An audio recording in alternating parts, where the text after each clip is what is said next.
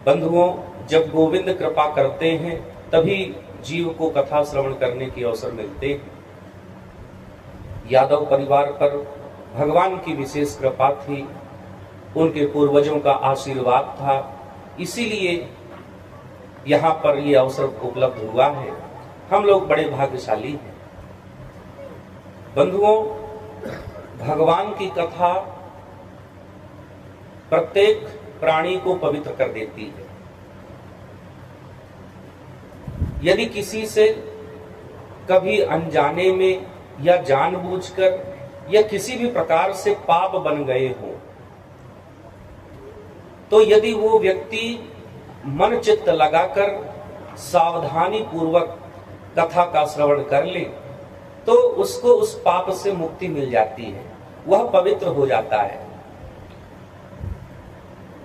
और उदाहरण तो इतने आए भागवत में प्रथम दिन से लेकर कि कोई छोटा मोटा पापी रहा हो, बड़े से बड़ा पापी रहा हो, या तो मर के प्रेत बन गया हो, सबका कल्याण ये कथा करती है।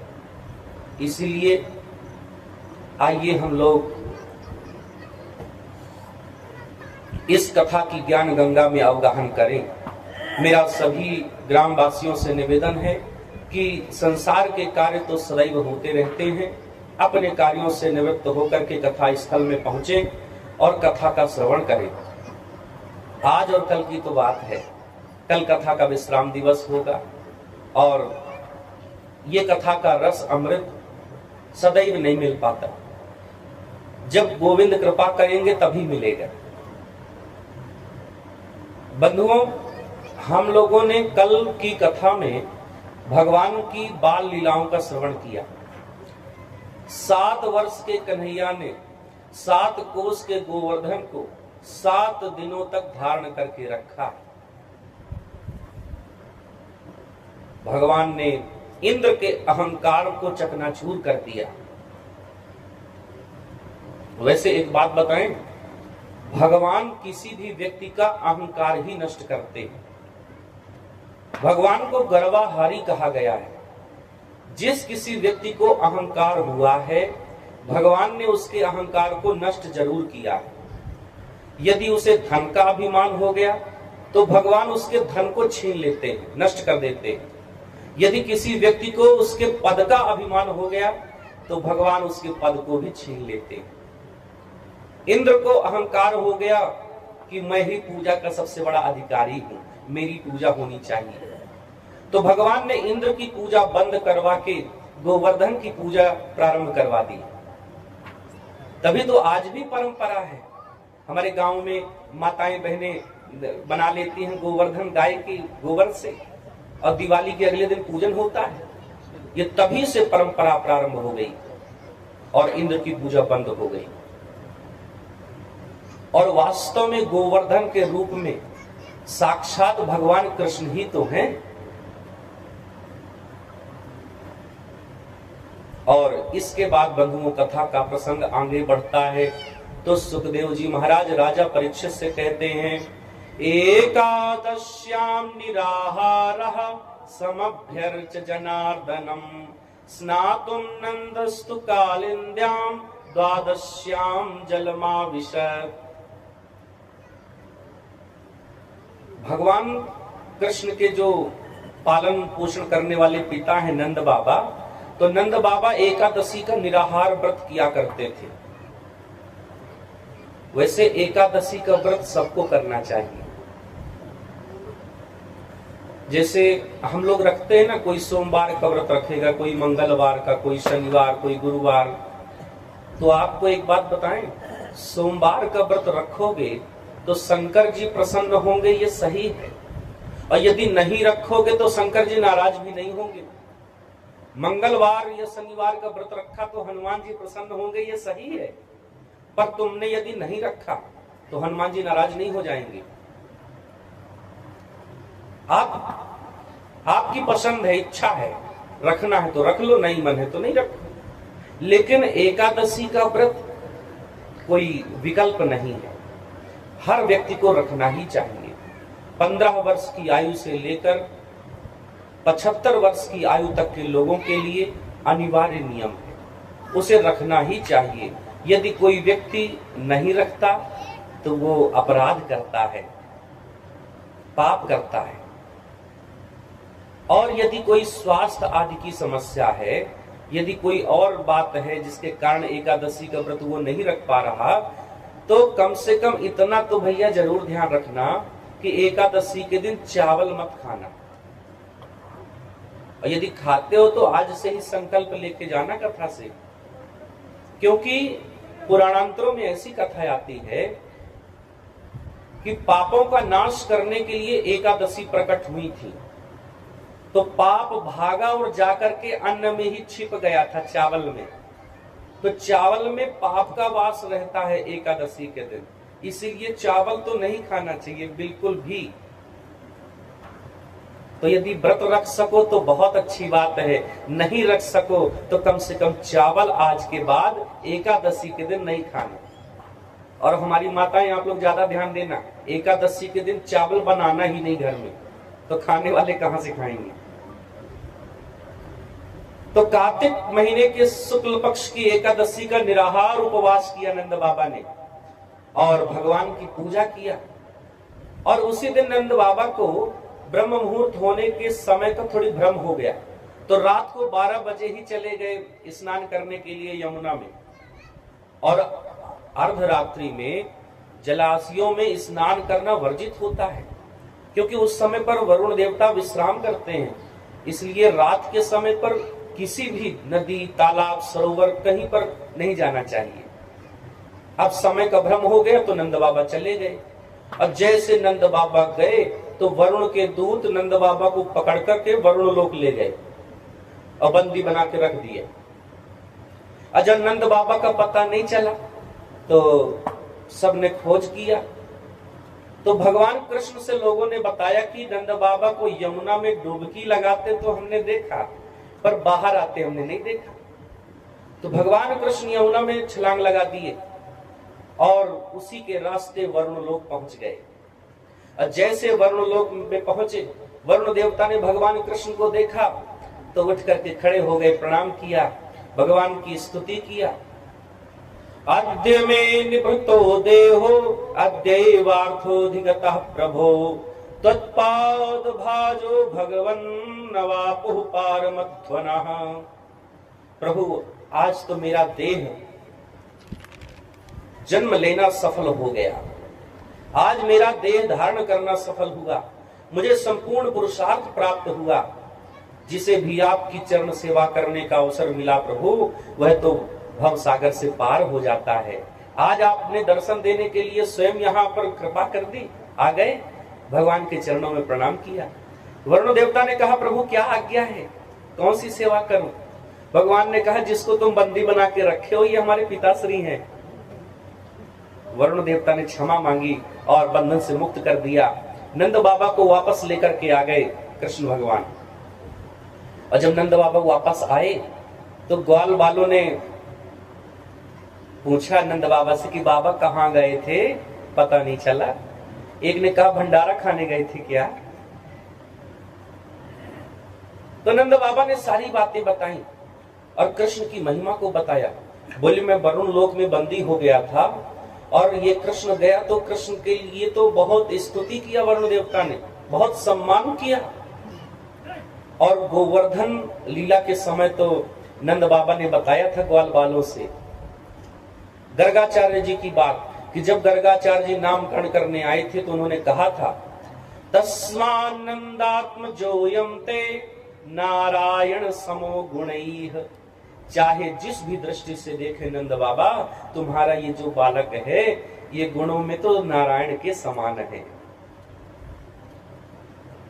तो ग्वाल वालों ने सोचा कि भगवान नारायण के समान तो दूसरा कोई होता नहीं, नारायण तो केवल एक है, तो इसका मतलब है कि कृष्ण नारायण ही है। तो ग्वाल बाल साथी हैं। तो जाकर के कहते हैं क्यों रे कन्हैया, हमें पता चला है कि तू नारायण है। देखो पूरे अधिकार के साथ कहते हैं, बोले हमें पता चला है कि तू नारायण है और नारायण तो अपने वैकुंठ में रहते हैं, तो चल हमें भी वैकुंठ दिखा। बड़े प्रेम से कहते हैं। कृष्ण भगवान ने कहा चलो ठीक है वैकुंठ दिखाते हैं, अपने अपने नेत्र बंद कर लो। तो सभी ग्वाल बाल साथियों ने नेत्र बंद कर लिए और भगवान ने अपने संकल्प मात्र से सबको वैकुंठ के दर्शन करा दिए। और बाद में पूछे कैसा लगा, तो सभी ग्वाल बाल साथियों ने कहा कि कन्हैया वैकुंठ तो बहुत अच्छा है, लेकिन हमारे वृंदावन से अच्छा नहीं है, क्योंकि वृंदावन में तो इतना बड़ा सुख है कि तुम हमारे साथ खेलते हो, खाते हो, हमारा जो मन पड़ता है सो तुमसे कह देते हैं। वैकुंठ में तो ये सब नहीं है। वैकुंठ में तो हमको भय लगता है कोई रोक देगा, कोई टोक देगा क्या। वैकुंठ वैसे है तो बहुत अच्छा, पर हमारे वृंदावन से अच्छा नहीं है। और देखा जाए तो भक्तों के लिए तो वृंदावन ही वैकुंठ है। बोले वृंदावन धाम की। तो इस प्रकार से भगवान ने अपने भक्तों को वैकुंठ का दर्शन भी कराया। और बंधुओं, अभी तक आप लोग सुन रहे थे भगवान की बाल लीला, और अब सुखदेव जी महाराज राजा परीक्षित को सुनाने जा रहे हैं रास लीला। तो रास लीला के 5 अध्याय हैं भागवत में। इसको रास पंचाध्यायी के नाम से जाना जाता है। श्रीमद् भागवत के 10वें स्कंद के 29वें अध्याय से लेकर 33वें अध्याय तक ये 5 अध्याय हैं। तो जैसे हमारा ये शरीर होता है और शरीर में जो स्थान हृदय का है वही महत्व श्रीमद् भागवत के 12 स्कंदों में 10वें स्कंद का है। और 10वें स्कंद में 90 अध्याय हैं। तो 10वें स्कंद में वही महत्व रासलीला के 5 अध्यायों का है। और इन 5 अध्यायों में भी जो गोपी गीत है वो तो मुख्य प्राण माना जाता है। और रास क्या है, तो इसके विषय में विद्वान लोग कहते हैं कि रसानाम समूहो रासः, रसों का जो समूह है वही रास है। और हमारे जो परमात्मा है वो रस स्वरूप है। रसो वैशः, तो परमात्मा रस स्वरूप है। और उस रस स्वरूप परमात्मा का रसास्वादन करने के लिए रसिक जन सदैव ललचाते रहते हैं। और जिन रसिकों ने उस रस का आस्वादन करना चाहा उनको भगवान ने गोपी बना करके ब्रज में बुला लिया। और गोपी कौन है? गोभी इंद्रियैहि कृष्ण रसम भक्ति रसम वा पिबती सा गोपी। जो अपने प्रत्येक इंद्रिय से कृष्ण रस का अथवा भक्ति रस का पान करे वही गोपी है। और सरल शब्दों में बताएं तो जो चलते फिरते उठते बैठते प्रत्येक समय भगवान का चिंतन करता रहे वही गोपी। गोपी केवल परिधान नहीं है। ऐसा नहीं है कि साड़ी पहन लिया और कोई और श्रृंगार कर लिया तो वो गोपी है। वास्तव में भगवान के चिंतन की जो सर्वोत्कृष्ट परिणति है वही गोपी भाव है। यानी जिसने भगवान का चिंतन ऐसा कर लिया कि 24 घंटे उसको भगवान का स्मरण बना रहे वही गोपी कहलाता है। और वेद में 3 कांड हैं। एक है ज्ञान कांड, दूसरा कर्म कांड और तीसरा है उपासना कांड। तो ज्ञान कांड के 4000 मंत्र हैं, उपासना कांड के 16000 मंत्र हैं और कर्म कांड के 80,000 मंत्र हैं। ये जो पंडित जी लोग पूजन पाठ कराते हैं ये कर्म कांड के मंत्रों से कराते हैं। तो कर्मकांड के जो 80,000 मंत्र हैं उनके मन में यह भाव जागृत हुआ कि हम भी साकार रूप में परमात्मा का दर्शन करें। तो वो मंत्र ही आ गए थे गोपी का अवतार लेकर। और दूसरी ऐसी भी कथाएं आती हैं अन्य पुराणों में भी कि अनेकों ऋषियों ने बहुत समय तक तपस्या की थी कि कभी हम गोपी बन करके ब्रज में आएंगे और भगवान का सानिध्य प्राप्त करेंगे, उनकी लीला में सहयोगी होंगे। तो बहुत से ऋषि मुनियों ने भी गोपी का रूप धारण किया। और प्रथम मंत्र को श्रवण करिए भगवान पिता रात्रि शरदोत्फुल्ल मल्लिका वीक्षरन्तुम मनश्चक्रे योग माया मुपाश्रिता। देखो, रास लीला का जो प्रारंभ हुआ है वो भगवान शब्द से हुआ है। भगवान अपिता रात्रि शरदोत्फुल्ल मल्लिका वीक्षरन्तुम मनश्चक्रे योग माया मुपाश्रिता। तो भगवान शब्द से ही क्यों शुरुआत किया इस मंत्र की और रासलीला के 5 अध्यायों की? वो इसलिए क्योंकि जन साधारण ये समझ लें कि ये मनुष्यों की लीला नहीं है, ये वो वाली लीला नहीं है जो टीवियों में आती है, ये तो भगवान की लीला है, सर्वसमर्थ योगेश्वर की लीला है। और दूसरा कारण ये था भगवान की इस रासलीला को करने का, भगवान कामदेव के अहंकार को नष्ट करना चाहते थे। क्योंकि कामदेव पहुंच गए भगवान के पास, बोले कि मैंने तो सबको परास्त कर लिया है, सब मेरे अधीन हो गए हैं, तो मुझे तो सर्व विजयी होने का प्रमाण पत्र दे दीजिए। तो भगवान ने कहा कि अभी तुमने हमको कहां पराजित किया है? कामदेव ने कहा कि हमने तो बड़े बड़े ऋषि मुनियों को और देवताओं को परास्त कर लिया। बोले जब तक हमको परास्त नहीं करोगे तो तुमको सर्व विजयी का प्रमाण पत्र कैसे मिलेगा? तो बोले चलिए ठीक है, आपसे भी 2-2 हाथ हो जाएं। तो बोले जब हम कृष्णावतार में आएंगे द्वापर युग में, और तुम फिर अपने बाणों का प्रयोग कर लेना, और यदि तुमने मुझे परास्त कर लिया तो फिर सर्व विजयी हो जाओगे। तो कामदेव के मान का मर्दन करने के लिए भी भगवान ने रासलीला का आह्वान किया है। और योग माया मुपाश्रिता, राधा रानी किशोरी जी का स्मरण करके रासलीला करने का उन्होंने निश्चय कर लिया। वैसे एक बात बताएं आपको, हो सकता है बहुतों को आश्चर्य होगा, हम लोग कहते रहते हैं ना राधे राधे, पूरी भागवत में राधा का नाम कहीं आया ही नहीं। जिन राधा के नाम से पूरा काम चल रहा है, उन राधा का नाम पूरी भागवत में एक बार भी नहीं आया। वैसे संकेत रूप में तो कई बार आया, पर स्पष्ट राधा लिख करके नहीं आया। अच्छा, एक बात और है, जैसे भगवान नारायण है सृष्टि के आधार, और नारायण की पत्नी का नाम क्या है? बोलो, लक्ष्मी। और वो नारायण जब राम बन करके आए तो लक्ष्मी क्या बनकर आई? सीता। और जब वही नारायण कृष्ण बन करके आए तो लक्ष्मी क्या बनकर आई? बोलो, रुक्मणी।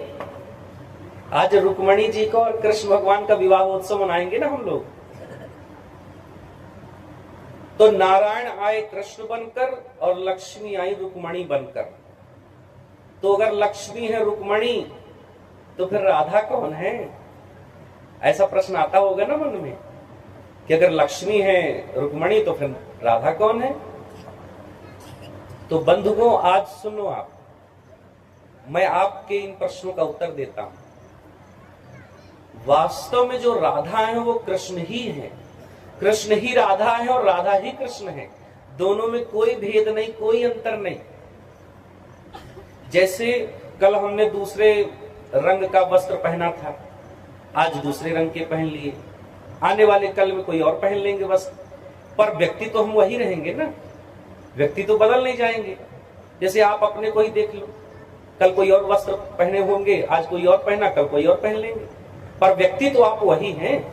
वैसे ही भगवान ही कभी राधा बन जाते हैं, राधा ही कभी कृष्ण बन जाते हैं, उन दोनों में कोई भेद नहीं है। लक्ष्मी का अवतार तो रुक्मणी है, पर कृष्ण तो राधा ही है और राधा ही कृष्ण है। राधा कृष्ण स्वरूपाभ्याम कृष्ण राधा स्वरूपिणम कलात्मानं निकुंजस्थम गुरु रूपम सदा भजे। तो ये तो आपने सुन लिया कि राधा ही कृष्ण है, कृष्ण ही राधा है, और दोनों को अलग करना असंभव है। एक ज्योतिर्भवेद द्विधा, एक ही ज्योति दो रूपों में विभक्त हो रही है। राधा माधव रूपकम राधा माधव के रूप में। जैसे सूर्य को उसके प्रकाश से कोई अलग कर सकता है क्या? नहीं कर सकते ना। जैसे शब्द को उसके अर्थ से कोई अलग कर सकता है क्या? नहीं कर सकते। चंद्रमा को उसकी शीतलता से कोई अलग कर सकता है क्या? नहीं कर सकते। वैसे ही राधा को कृष्ण से और कृष्ण को राधा से कोई अलग नहीं कर सकता। पर राधा का नाम क्यों नहीं आया? उसका कारण यह है बंधुओं कि जो कथा कह रहे हैं सुखदेव जी महाराज, वो राधा को अपना गुरु मानते हैं। हाँ, तो दो कारणों से उन्होंने राधा का नाम नहीं लिया। एक कारण तो ये है कि राधा को अपना गुरु मानते हैं, और मर्यादा ये होती है कि अपने गुरु का नाम अपने मुख से नहीं लिया जाता, तो इसलिए तो सुखदेव जी महाराज ने राधा का नाम नहीं लिया। और दूसरा कारण ये है कि जब भी सुखदेव जी महाराज राधा का नाम ले लेते हैं तो उनकी 6 महीने की समाधि लग जाती है, और राजा परीक्षित के पास तो 7 ही दिन का समय है, और यदि 6 महीना की समाधि लग जाने पाएगी तब तो फिर हो गई कथा, हो गया कल्याण। इसलिए भी उन्होंने राधा का नाम नहीं लिया। बोले वृंदावन बिहारी लाल की। और बंधुओं, भगवान ने समस्त भक्त रसिकों को बुलाने के लिए वेणु की तान छेड़ दी। जिस वेणु के स्वर के सामने ब्रह्मानंद और विषयानंद सब अणु हो जाते हैं, उस वेणु की तान छेड़ दिया भगवान ने। निशम्य गीतम तदनंग वर्धनम ब्रजश्रियः कृष्ण गृहीत मानसा आजमुरन्यो नमलक्षित्योद्यमाः स यत्र कांतो जवलोल कुंडलाः। भगवान ने जब बंसी वादन किया शरद पूर्णिमा की रात्रि को, बेला चमेली के पुष्प सुगंधित होकर के महक रहे थे, भगवान ने वेणु की तान छेड़ी तो जो गोपी जिस कार्य को कर रही थी उस कार्य को वैसा ही छोड़ करके अपने चित्त से भगवान के पास खींची चली गई।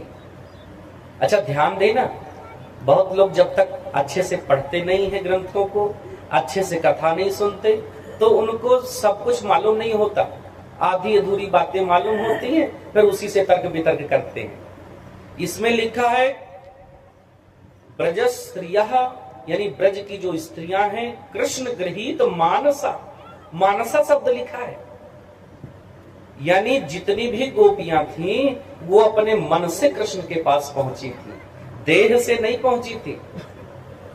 यदि कोई देह से पहुंचे तो दोष लगे, वो तो सब मन से पहुंची, क्योंकि भगवान तो चित्त चोर हैं, वो चित्त को चुराते हैं।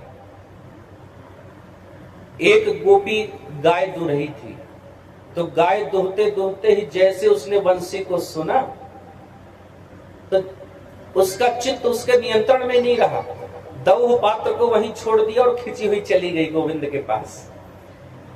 एक गोपी दूध पका रही थी और दूध को बनता हुआ ही छोड़ करके खींची चली गई गोविंद के पास।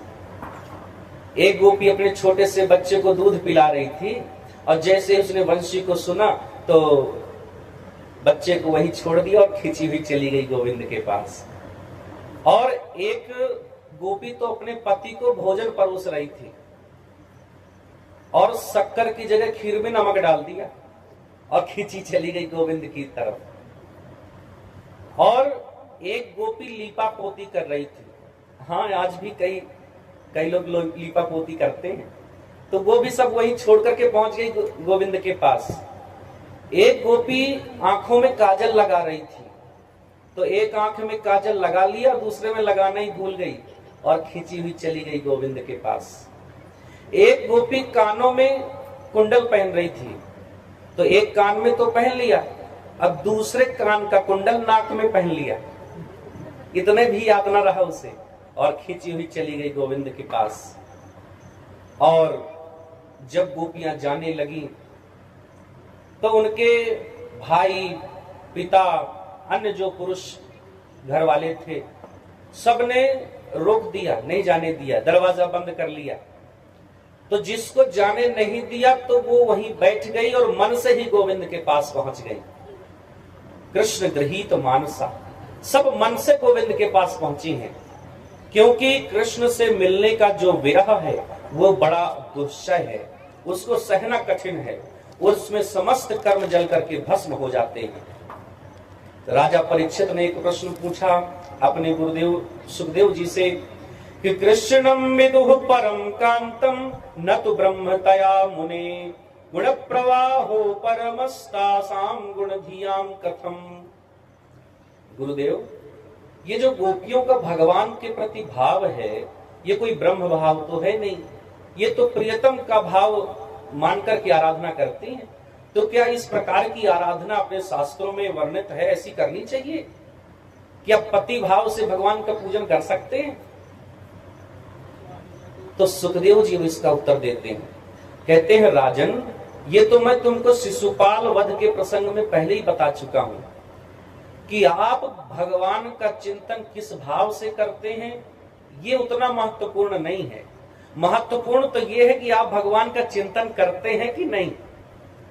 अब आपको जो भाव अच्छा लगे उस भाव से गोविंद को भजो।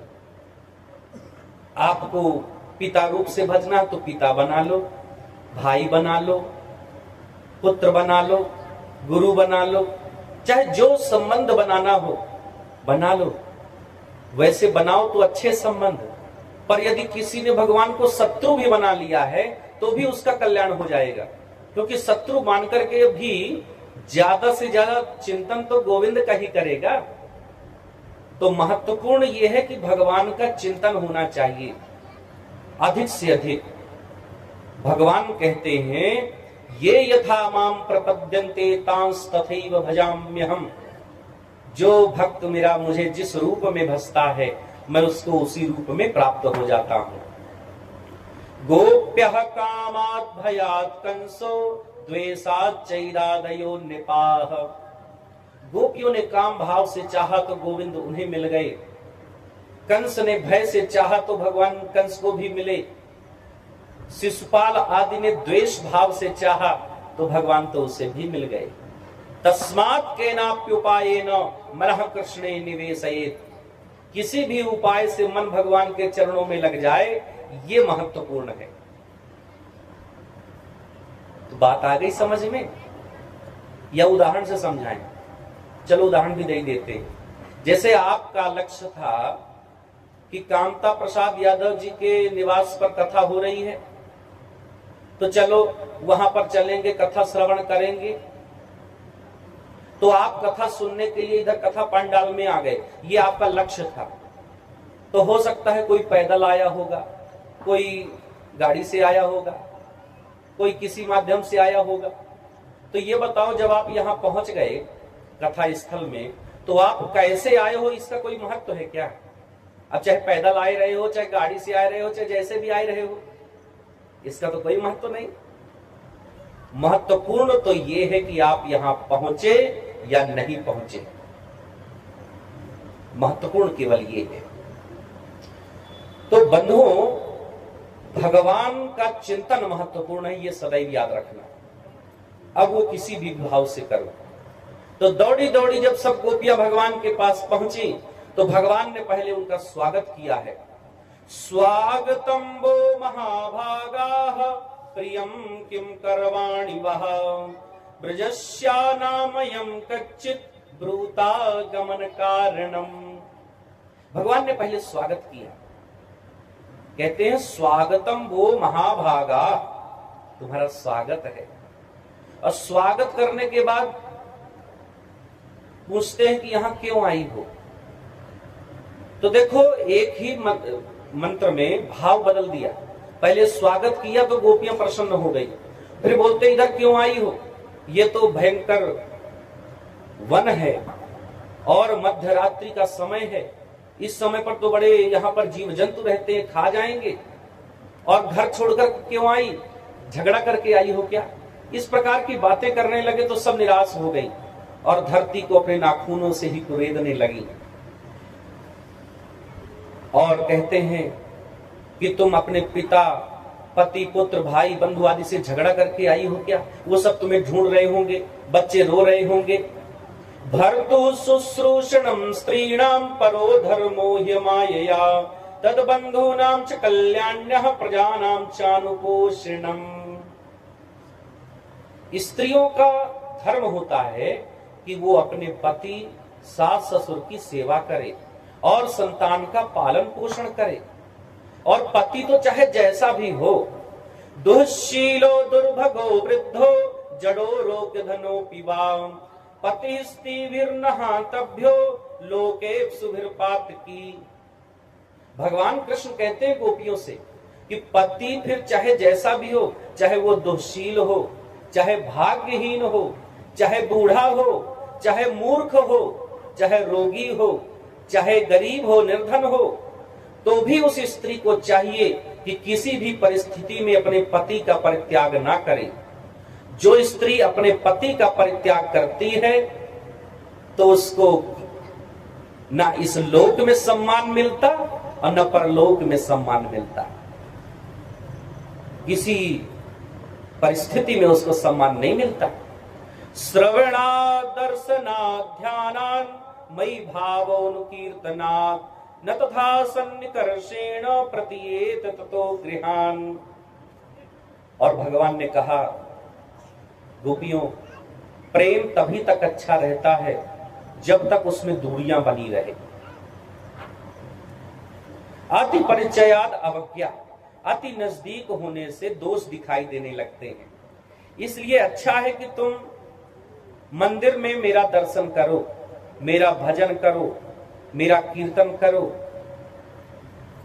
मेरा पूजन करो और लौट जाओ अपने घर को। भगवान ने कई प्रकार की बातें करी 10 मंत्रों में और कहते हैं घर को लौट जाओ। तो देखो, गोपियों को भगवान ने 10 मंत्रों में बात कही, गोपियों को अच्छा नहीं लगा, लौटने के लिए कह रहे थे तो अपने नाखूनों से क्रोध के मारे धरती को कुरेदने लगी। और भगवान ने 10 मंत्रों में अपनी बात कही थी तो गोपियों ने 11 मंत्रों में उत्तर दिया। इसको भागवत में प्रणय गीत के नाम से जानते हैं। और 11 मंत्रों में गोपियों ने उत्तर दिया है। कहती हैं कि हे प्रभु, आप निष्ठुरता पूर्वक बातें क्यों करते हैं? हम सारे विषयों को छोड़कर केवल आपके चरणों से प्रेम करती हैं। और आदि नारायण पुरुष भगवान का ये वचन है कि शरण में आए हुए को मैं छोड़ता नहीं हूं। तो जब हम आपकी शरण में आई हैं तो आप हमें छोड़ने की बात क्यों करते हैं? हमें वापस जाने को क्यों कहते हैं? और प्रभु, आपने स्त्री धर्म की बड़ी सुंदर व्याख्या करी। पति सास ससुर की सेवा करनी चाहिए, बच्चे का पालन पोषण करना चाहिए। पर प्रभु, ये सारे जितने धर्म हैं, ये सारे धर्म तो उन स्त्रियों के लिए हैं जो स्वर्ग चाहती हैं या वैकुंठ चाहती हैं या मोक्ष चाहती हैं। पर हमें तो ये सब कुछ नहीं चाहिए। हमें तो केवल आपके चरणों का प्रेम चाहिए और बदले में चाहे स्वर्ग मिले चाहे नरक मिले, सब हमें मंजूर है। और फिर एक बात और पूछती हैं कृष्ण से गोपियां। तो देखो, गोपियां वहां कृष्ण से पूछ रही हैं और इधर मैं आप लोगों से पूछूंगा। तो पहले कहानी अच्छे से सुन लेना, इधर उधर ध्यान मत देना।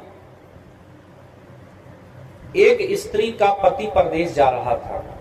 तो जब वो परदेश जाने लगा तो स्त्री ने कहा कि आपके बिना मैं कैसे रहूंगी, आप क्यों जा रहे हैं परदेश, मुझे भी ले चलिए। तो पति ने कहा कि परदेश में इतनी व्यवस्था नहीं है कि तुम्हें भी ले जाएं, तो तुम यहीं पर रहना। तो पत्नी ने कहा कि आपकी याद आएगी तो मैं क्या करूंगी।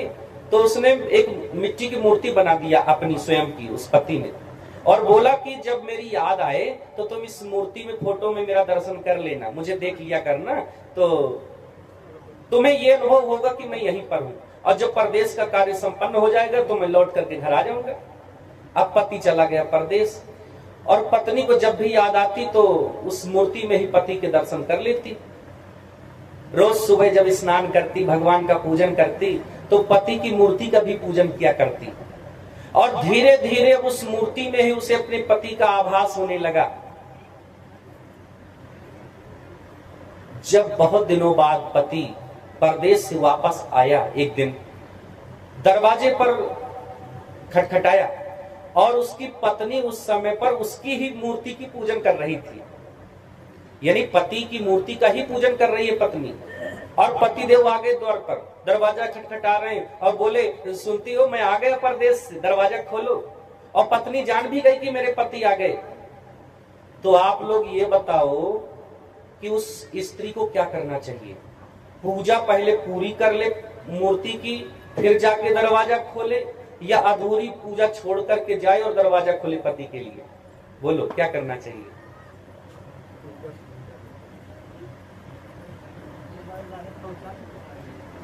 गोपियों ने भगवान कृष्ण से यही पूछा कि बताइए उस स्त्री को क्या करना चाहिए? उसको पति की मूर्ति का पूजन पहले करना चाहिए या पति के लिए दरवाजा खोलना चाहिए? भगवान कृष्ण ने कहा, अरे गोपियों, ये भी कोई पूछने वाली बात है? इसका उत्तर तो बहुत सरल है।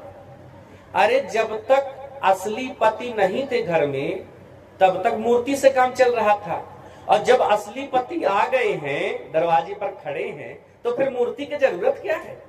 तब तो पूजा वूजा उस मूर्ति की छोड़ करके सीधे आना चाहिए, अपने पति के लिए द्वार खोलना चाहिए। गोपियों ने कहा, प्रभु आपने अपने मुख से ही उत्तर दे दिया। अरे जो घर में हमारे पति हैं वो सब हमारे इस शरीर के पति हैं। जब उनसे विवाह नहीं हुआ था तो उनसे कोई मतलब नहीं था, जब माता पिता ने विवाह कर दिया तो हमारे इस शरीर के वो पति हो गए। और जितने रिश्ते नाते हैं वो सब इस शरीर के तो हैं, पर वास्तव में आत्मा का पति तो परमात्मा ही होते हैं। हमारी आत्मा के पति तो केवल आप हैं। घर में जो पति हैं वो शरीर के पति हैं। और जब व्यक्ति भगवान का चिंतन करते करते इस भाव को प्राप्त हो जाता है, समझ लेता है कि ये शरीर तो नाशवान है, शरीर ने जन्म लिया और एक दिन ये शरीर यहीं पर समाप्त हो जाना है, ये शरीर का स्वरूप मेरा स्वरूप नहीं है, मैं तो आत्मा हूं, नित्य हूं, शुद्ध हूं, मुक्त हूं, चिन्मय हूं। तो आत्मा का पति तो परमात्मा के अलावा दूसरा कोई होता ही नहीं। हम लोग तो रोज कहते हैं ना, तुम हो एक अगोचर सबके प्राणपति, स्वामी सबके प्राणपति। भगवान सबके पति हैं, चाहे वो स्त्री हो, चाहे वो पुरुष हो, चाहे कोई भी हो, सबके पति तो परमात्मा ही है। क्योंकि पति का मतलब होता है पाति रक्षति इति पति, जो पालन पोषण करे और जो रक्षा करे वही पति है। तो पूरे संसार का पालन तो परमात्मा ही कर रहे हैं, इसीलिए परमात्मा ही सबके पति हैं। और एक बात तो ये भी है, ऐसे वर को क्या वरूं जो जन्मे और मर जाए, वर ये श्री गिरधर लाल को चलो अमर हो जाए। तो इसलिए गोपियों ने कहा कि हमने तो चित्त से आपके चरणों में ही अपना मन लगा लिया है, इसलिए अब हमको घर लौटने के लिए मत कहिए। हमें स्वर्ग, वैकुंठ, मोक्ष ये कुछ नहीं चाहिए। हमारे मन की अभिलाषा केवल यही है कि हमें कृष्ण को पाना है और कुछ नहीं। आप हमें स्वीकार कर लीजिए। तो 11 मंत्रों में गोपियों ने अपनी बात कही। इसका आध्यात्मिक अर्थ यह है बंधुओं, गोपियां जब आई तो भगवान ने पहले स्वागत किया और फिर इस प्रकार की बातें निष्ठुरता पूर्वक की कि तुम लौट जाओ। इसका आध्यात्मिक अर्थ यह है कि पहले तो परमात्मा जीवात्मा को बुलाते हैं और फिर उसकी परीक्षा लेते हैं कि कहीं संसार की वासना को लेकर के तो नहीं आई, और यदि संसार की वासनाओं को लेकर के आई हो तो लौट जाए। पर गोपियों का निश्चय सत्य था, संकल्प पूर्वक आई थी, परीक्षा में उत्तीर्ण हो गई। तो गोपियों के उत्तर से भगवान प्रसन्न हो गए और उनका मनोरथ पूर्ण करने के लिए रास विहार का प्रारंभ हो गया। और उस बीच में हो गई एक गड़बड़। जिस अहंकार को भगवान कभी बर्दाश्त नहीं करते, उन गोपियों के मन में भी अहंकार आ गया। उनको लगा कि संसार में जो हम स्त्री हैं, हम ही सबसे श्रेष्ठ हैं, क्योंकि भगवान हमारे साथ हैं। जितनी गोपियां थी भगवान ने उतने रूप बना लिए, तो सब स्त्रियों को लगा कि हम ही सबसे श्रेष्ठ हैं, इसलिए गोविंद हमारे पास हैं। भगवान ने कहा लो कर लो बात, जो अहंकार हमें पसंद नहीं है वही इनको हो गया। तो भगवान उनके मान का मर्दन करने के लिए, अभिमान को नष्ट करने के लिए वहां से अंतर्धान हो गए, गायब हो गए। और जब भगवान अंतर्धान हो गए, दृश्य हो गए, तो फिर गोपियां परेशान हो गई और व्याकुल होकर के इधर उधर भटकने लगी, भगवान को ढूंढने लगी। वृक्षों से पूछती हैं, धरती से पूछती हैं, चलकर तो तुम्हारे ऊपर से ही गए होंगे, बताओ कहां गए। तुलसी से पूछती हैं, तुम तो रोज चढ़ती हो उनके ऊपर, तो तुमको तो पता ही होगा कि कहां गए। तो एक ने कहा कि अरे इससे क्यों पूछती हो, ये तो हमारी सौतन है, ये कहां बता देगी हमको कहां गए हैं। तो इधर उधर बहुत व्याकुल हो रही हैं और व्याकुल होकर के उनको इतना कष्ट हुआ कि भगवान की याद करते करते, भगवान को ढूंढते ढूंढते वो सभी कृष्ण भाव को ही प्राप्त हो गई।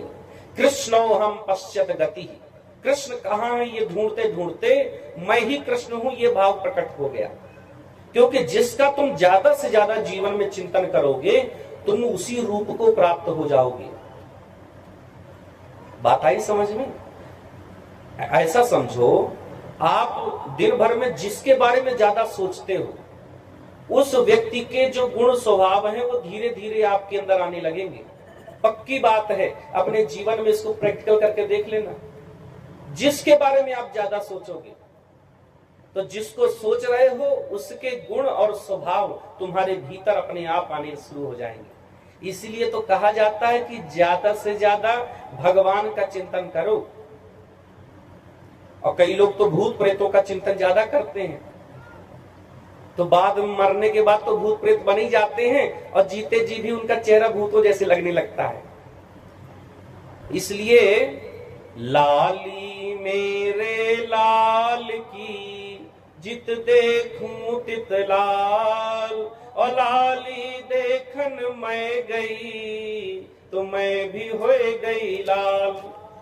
तो भगवान का चिंतन करते करते वो सब गोपियां कृष्ण भाव को प्राप्त हो गईं और यमुना के पावन पुलिन पर वापस लौट आईं। और वियोग की विरह व्यथा में उन्होंने करुण पुकार किया भगवान को फिर से बुलाने के लिए, और उस करुण पुकार में उन्होंने एक गीत गाया।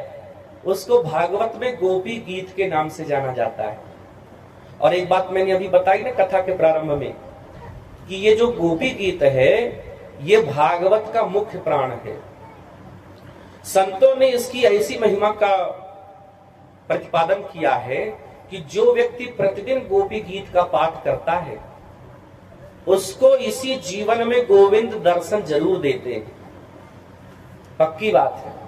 यदि कोई नियम से प्रतिदिन गोपी गीत का पाठ करे, तो गोपी गीत का वो पाठ कर रही हैं, गोपी गीत के माध्यम से भगवान की पुकार करती हैं। जयति तेधिकं जन्मना ब्रजा श्रयत इंदिरा शश्वदत्रहि दैत दृश्यतां दीक्षुतावका स्वैधृता सर्वा स्वां विचिन्वते।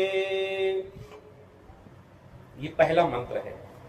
गोपियां कहती हैं कि हे प्यारे, तुम्हारे जन्म के कारण ही ब्रज की महिमा तो वैकुंठ से भी ज्यादा बढ़ गई है। तभी तो स्वयं लक्ष्मी जी भी वैकुंठ को छोड़कर के ब्रज में निवास करने लगी हैं। परंतु देखो तुम्हारी ये गोपियां जिन्होंने तुम्हारे चरणों में ही अपने प्राणों को समर्पित कर दिया, वह वन वन में तुम्हें ढूंढते हुए भटक रही हैं।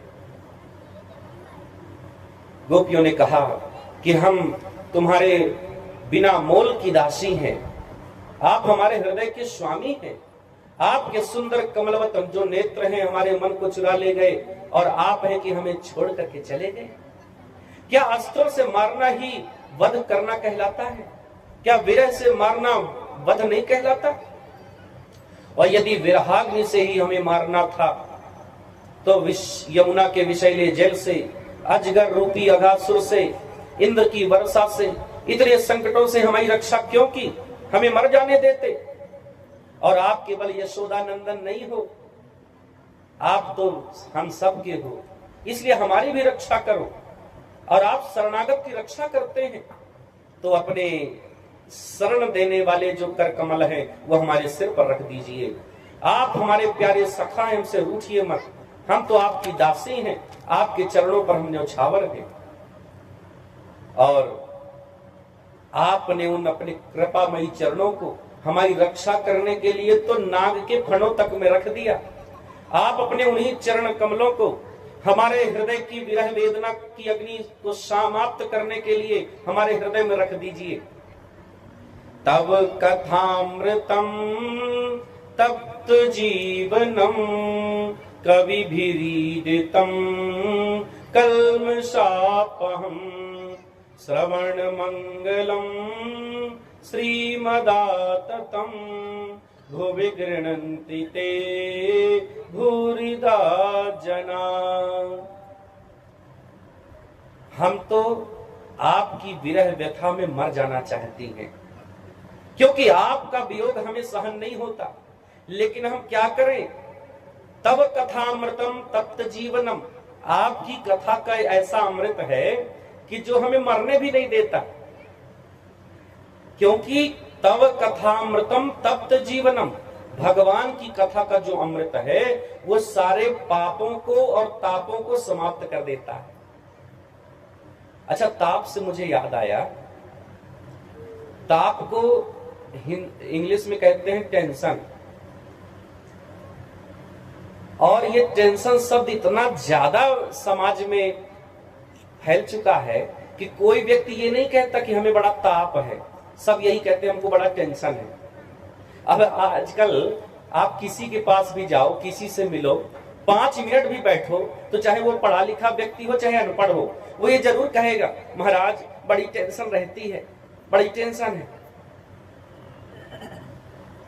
मैं अभी कुछ दिनों पहले गया था, पन्ना जिले में एक अमानगंज शहर है, कस्बा टाइप का है, तो वहां हमारी कथा थी और उस क्षेत्र में बहुत शिष्य हैं अपने। तो उधर हम गए कथा में, तो कथा के बाद एक अपना शिष्य परिवार है तो वहां भी गए, उन्होंने बुलाया हमको। तो उस घर की स्थिति ऐसी है कि जो सास है वो भी अपनी शिष्य है और जो बहू है वो भी शिष्य है। तो जब वहां गए तो सास और बहू दोनों आई और दोनों बैठी, पहले गुरु जी का चरण धोए, पूजन किया और फिर वो दोनों बैठ गए और फिर बातचीत शुरू हो गई। अब जैसे बातचीत शुरू हुई तो मुझे ऐसा समझ में आया कि वो जो सास थी अपना कोई दुख प्रकट करना चाहती थी, पर बहू कुछ ज्यादा ही होशियार थी, वो सास को मौका ही नहीं दे रही थी, वहां से हटने को तैयार नहीं। अब जब बहू हटेगी नहीं तो सास अपनी व्यथा कैसे कहे? अब वो गुरुजी से अपनी व्यथा कहना चाहती है। तो मैं सास के भाव समझ गया कि अपना दुख रोना चाहती है और बहू है कि उसको मौका नहीं दे रही, यहां से हटने को तैयार नहीं। तो मैंने सोचा कि अब सास को तो मौका मिलना चाहिए। तो बहू का नाम है रश्मि। तो मैंने कहा रश्मि ऐसा करो कि गले में थोड़ा खराश है, बढ़िया चाय बना के लाओ, तुरंत जाओ चाय बना के लाओ, हमारी चाय पीने की इच्छा है। अब बेचारी क्या करती, गुरुजी की आज्ञा हो गई, सुमन नहीं भी था वहां से हटने का, तो जल्दी गई अंदर और चाय बनाने लगी। और इतने में सास को मौका मिला तो उसने फिर अपनी कहानी सुनाना शुरू कर दिया और अपनी बातें कहते हुए उसने कहा गुरुजी मेरी जो बहू है ये बड़ी दुष्ट है। तो मैंने कहा दुष्ट है, कैसी बात करते हो? तुम्हारी बहू तो सरकारी नौकरी में है, शिक्षिका है, पढ़ाने जाती है, बढ़िया महीने में अच्छी तनख्वाह मिलती है, वो तो दुधारू गाय के समान है और तुम कहती हो दुष्ट है। और उसने बहुत सारी बातें बताई, बोले गुरुजी मुझको बहुत टेंशन दिए रहती है, बड़ा टेंशन रहता है। और बातें बताते बताते कम से कम 50 बार उस सास ने कहा कि टेंशन रहता है, टेंशन टेंशन। तो मैं सोचने लगा और मैंने सास से कहा कि ये बताओ कुछ पढ़ी लिखी हो कि नहीं? बोले गुरुजी कहाँ उस जमाने में पढ़ाते लिखाते थे, मैं करिया अक्षर भैंस बराबर, मैं बिल्कुल नहीं पढ़ी। तो मैंने कहा जब तुम नहीं पढ़ी तो टेंशन काहे बोलती हो, टेंशन का मतलब जानती हो? तो उसने कहा नहीं गुरुजी टेंशन का मतलब तो मुझे कुछ नहीं पता, पर इतना जरूर जानती हूँ कि मुझे टेंशन रहता है। टेंशन का मतलब नहीं पता पर टेंशन रहता है ये मालूम है। खैर वो फिर रश्मि भी आई, बहू बैठी और उन दोनों की बातें मैंने सुनी और फिर मैंने उनको सांत्वना दी और समझाया। देखो, बहू को मैंने समझाया कि तुम अपने घर को छोड़ करके आई हो ससुराल, तो जैसे तुम्हारे माता पिता तुम्हारे मायके में थे, अब ये तुम्हें दूसरे माता पिता मिल गए, इनकी सेवा करना ही तुम्हारा धर्म है। सास को अपनी माँ समझो, ससुर जी को अपने पिता समझो और दोनों की सेवा करो। और केवल ऐसा ही नहीं, मैंने केवल बहू को नहीं समझाया, मैंने फिर सास को भी समझाया कि देखो, जैसे तुम्हारी बेटी तुमने ब्याह दी, ससुराल चली गई, ऐसे भी ये किसी की बेटी है, इसको तुम अपने घर में ले आई हो, इसको अपनी बेटी ही मानो, बहू को बेटी मानकर के पालन पोषण करो। और रामचरितमानस में तो प्रसंग आया है ना, जब सीता जी आई बहू बन करके, तो राजा दशरथ ने कौशल्या जी को समझाया था कि वधू लड़कनी पर घर आई, राख्यो नयन पलक की नाई। तो मैंने उस सास को समझाया कि दशरथ जी ने भी ये समझाया था कि बहू को अपनी बेटी की तरह रखो, जैसे पल की आंखों का ध्यान रखती हैं, ऐसे तुम बहू का ध्यान रखना, क्योंकि अभी ये लड़की है, अभी इससे ये उम्मीद मत करना कि ये घर गृहस्थी की पूरी जानकारी होगी, इसको शिक्षा दो और अपनापन रखो। और दोनों को मैंने समझाया कि जब सास बहू को बेटी मानेगी और बहू सास को अपनी माँ समझेगी तो कोई समस्या नहीं होगी, सब शांतिपूर्वक घर गृहस्थी चलेंगी। तो ये सब तो मैंने समझाया, पर मैं ये सोचने जरूर लगा कि बताओ ये टेंशन है क्या, जिसको देखो वही टेंशन टेंशन कहता रहता है। तो मैंने दिमाग लगाया कि इंग्लिश में 10 का मतलब होता है 10 और सन का मतलब होता है सूर्य। तो एक सूर्य कितना तपता है, इतनी गर्मी है, सोचो निकलना कठिन है, तो एक सूर्य कितना तपता है, तो जिसमें 10 सूर्यों के समान ताप हो वही है टेंशन। हाँ, एक सूर्य में इतना ताप है तो 10 सूर्यों में कितना ताप होगा। तो बोले चाहे जिस प्रकार के ताप हो, भगवान की कथा का अमृत सारे पापों को और सारे तापों को नष्ट कर देता है। गोपियों ने गोपी गीत के माध्यम से करुण पुकार की, उन्होंने कहा, हे गोविंद, हमारा हृदय आपके लिए लालायित है, हमारा जीवन आपके लिए है, हम आपके हैं और केवल आप ही हमारे अपने हैं। और करुणमयी पुकार करते करते सब फूट फूट करके रोने लगी और उनकी इस करुण दशा को देखकर कृपा पूर्वक भगवान उन सभी के मध्य में प्रकट हो गए। बोले वृंदावन बिहारी लाल की। तासामाविर्भूच्छौरिः स्मे मान मुखाम्बुजः पीताम्बरधरः स्रग्वी साक्षान् मन्मथ मन्मथः। भगवान जब प्रकट हुए तो पीताम्बरी धारण किए हैं, उनके मुखमंडल पर मंद मंद मुस्कान है और हाथ में पीताम्बर वस्त्र भी लेकर के प्रकट हुए हैं, मानो उन गोपियों के आंसू पोंछना चाहते हैं। और प्रकट हुए भगवान का वह स्वरूप सबके मन को मथने वाले, कामदेव के मन को भी मथने वाला था। इतना सुंदर स्वरूप है भगवान का।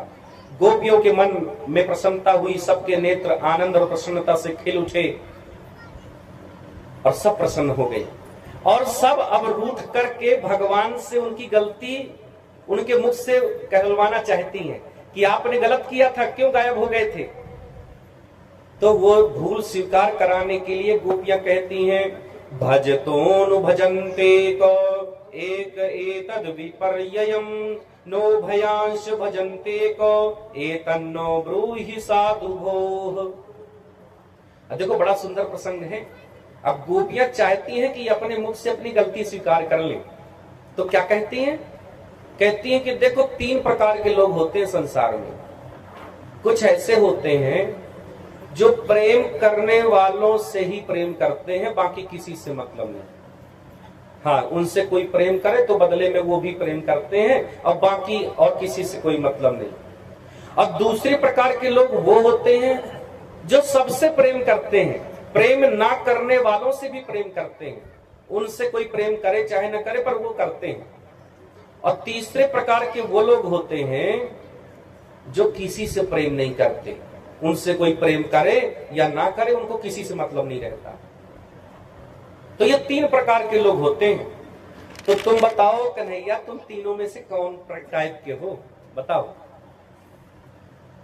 तो भगवान कहते हैं कि जो पहली कैटेगरी के लोग होते हैं, प्रेम करने वालों से ही प्रेम करते हैं, ऐसे लोग वास्तव में प्रेमी होते ही नहीं। वो तो निरास्वार्थी हैं।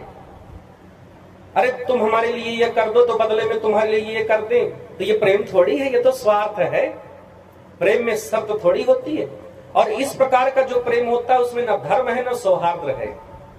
अब दूसरी कैटेगरी के जो लोग होते हैं, जो प्रेम ना करने वालों से भी प्रेम करते हैं, उनमें आते हैं सज्जन लोग, माता पिता। जैसे बच्चे अब माता पिता से प्रेम करें चाहे ना करें, पर माता पिता करते हैं। तो ये प्रेम कम, ये करुणा ज्यादा होती है। ये करुणा है माता पिता की अपने बच्चों के प्रति। तो ये दूसरी तरह के लोग होते हैं। और तीसरी तरह के लोग होते हैं जो किसी से प्रेम नहीं करते। उनसे कोई कितना भी प्रेम करे और चाहे ना करे, उनको किसी से मतलब नहीं। तो ऐसे 4 प्रकार के लोग होते हैं। ध्यान से सुनना, 4 प्रकार के लोग ऐसे होते हैं जो किसी से मतलब नहीं रखते। एक होते हैं आत्मा राम, जैसे साधु महात्मा अपनी आत्मा में ही रमते रहते, उनको संसार से कोई लेना देना नहीं। तुम उनसे प्रेम करो चाहे ना करो, उनको कोई मतलब नहीं। तो पहली कैटेगरी के होते हैं आत्मा राम। दूसरे होते हैं व्याप्त काम, जिनकी कामनाएं पूरी हो गई हैं, जिनकी सारी इच्छाएं पूरी हो गई हैं, ऐसे लोग भी किसी से मतलब नहीं रखते। और तीसरे होते हैं कृतघ्न, जो किए गए उपकार को नहीं मानता, वही कृतघ्न कहलाता है। और चौथे नंबर के होते हैं गुरुद्रोही। गुरुद्रोही का मतलब यह है कि जिसने उनके साथ अच्छा किया है उसका एहसान मानना तो दूर रहा, उल्टा उसको ही लूट लेते हैं, उसको ही बर्बाद कर देते हैं। उसको कहते हैं गुरुद्रोही। गोपियों ने कहा कि हमको तो तुम चौथे नंबर वाले ही लगते हो। अरे प्रेम के बदले प्रेम करना तो दूर रहा, ऊपर से हमें परेशान किया अलग से, तुम तो गुरुद्रोही लगते हो। तो भगवान कितना सुंदर उत्तर देते हैं। भगवान ने गोपियों से कहा कि गोपियों, मैं प्रेम के बदले प्रेम नहीं कर सकता, ये मेरी मजबूरी है।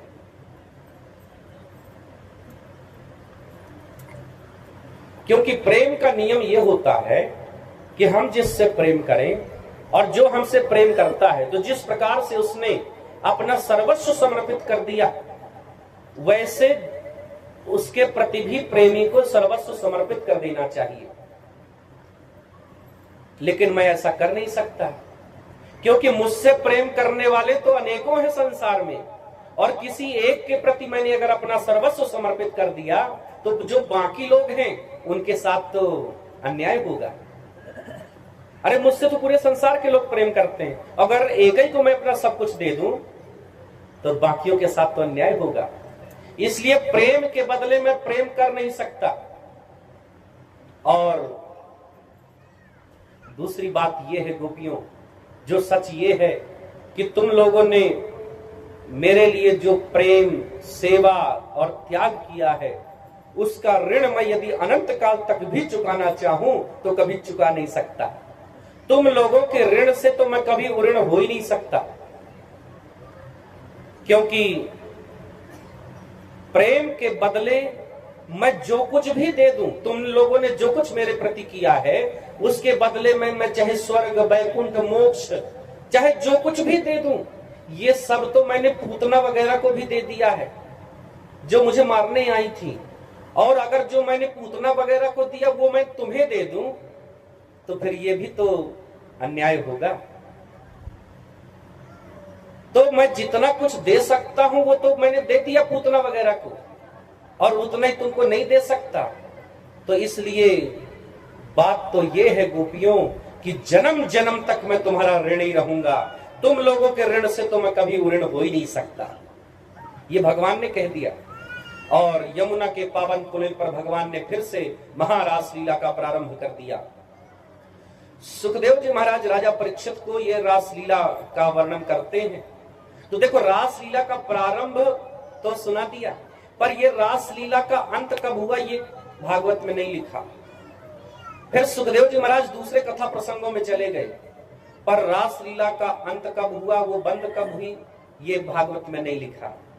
इसका मतलब ये है कि भगवान की ये जो रासलीला है, ये भगवान की नित्य लीला है, इसको कभी इसका अंत नहीं होता, ये आज भी चल रही है उसी गति से।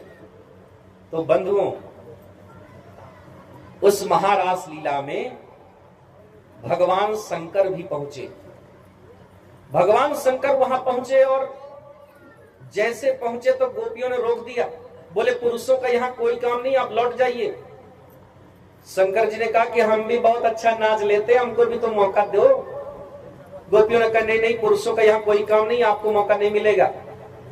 तो भोलेनाथ गए यमुना में और यमुना में प्रेम की डुबकी लगाई और शंकर जी गोपी बन करके बाहर आ गए और बन गए गोपेश्वर महादेव। बोले गोपेश्वर महादेव की। अरे जोर से तो बोला करो, बोले गोपेश्वर महादेव की। आप कथा सुनते उतने ध्यान से नहीं हो, पर दूसरों को देखने की कला में बहुत माहिर हो। हाँ, मैंने बोला था ना कि कथा सुना करो, पर आप लोग देखने लगते हो जो कोई आता है उसको। ये बताओ, तुम उसको देखने आए हो कि कथा सुनने आए हो? अगर कथा सुनने आए हो तो केवल कथा सुनो, और देखना है तो केवल मेरे कन्हैया को देखो, बैठे कितने सुंदर हैं। अब उनसे भी ज्यादा सुंदर यदि कोई आता हो तो देखते रहो उसको। बंधुओं, इस प्रकार से इस रासलीला का वर्णन सुखदेव जी महाराज ने राजा परीक्षित को किया। और महाराज परीक्षित कहते हैं, संस्थापनाय धर्मस्य प्रश्मायेतरस्य च अवतीर्णो हि भगवानो अंशेन जगदीश्वरः। गुरुदेव, भगवान ने तो धर्म स्थापना के लिए अवतार लिया था, तो ये रास विहार क्यों किया? आगे तो कलयुग आ रहा है, और कलयुग में तो लोग तरह तरह के तर्क वितर्क करते हैं, और हो सकता है कई लोग कहें कि ईश्वर अंश जीव अविनाशी चेतन अमल सहज सुख राशि, हम तो ईश्वर के अंश हैं, तो भगवान ने जो कुछ किया सो हम भी करेंगे। तो ऐसा भी तो कलयुग में कई लोग कह सकते हैं, तो भगवान ने ऐसा क्यों किया? तो सुखदेव जी महाराज बड़ा सुंदर उत्तर देते हैं। सुखदेव जी महाराज कहते हैं, राजन, मैंने पहले ही तुमसे बताया कि जिस रात्रि में भगवान ने रास लीला की, वहां पर गोपियां अपनी देह से वहां पहुंची ही नहीं थी, वो तो अपने मन से वहां पहुंची थी। दोष तो तब होता जब वो देह से वहां पहुंचती, पर अपने शरीर से कोई नहीं पहुंची, वो सब अपने मन से पहुंची थी। और दूसरी बात तो ये है कि जो ईश्वर कोटि के महापुरुष होते हैं, उनको कोई दोष नहीं लगता। समर्थ को नहीं दोष गोसाई, रवि पावक सुर सर की नाई। जो ईश्वर कोटि के महापुरुष होते हैं वो समर्थवान होते हैं, और समर्थवान को कोई दोष नहीं लगता, और जिसको दोष लगे वो समर्थवान हो नहीं सकता। जैसे अग्नि में आप चाहे कोई पवित्र वस्तु डाल दो, चाहे अपवित्र वस्तु डाल दो, दोनों ही जल करके भस्म हो जाएंगी, पर अग्नि पर उसका कोई प्रभाव नहीं पड़ेगा। ऐसे ही परमात्मा पर कोई प्रभाव नहीं पड़ता। परमात्मा की शरण में जाने पर समस्त कर्म राशि जल करके भस्म हो जाती है।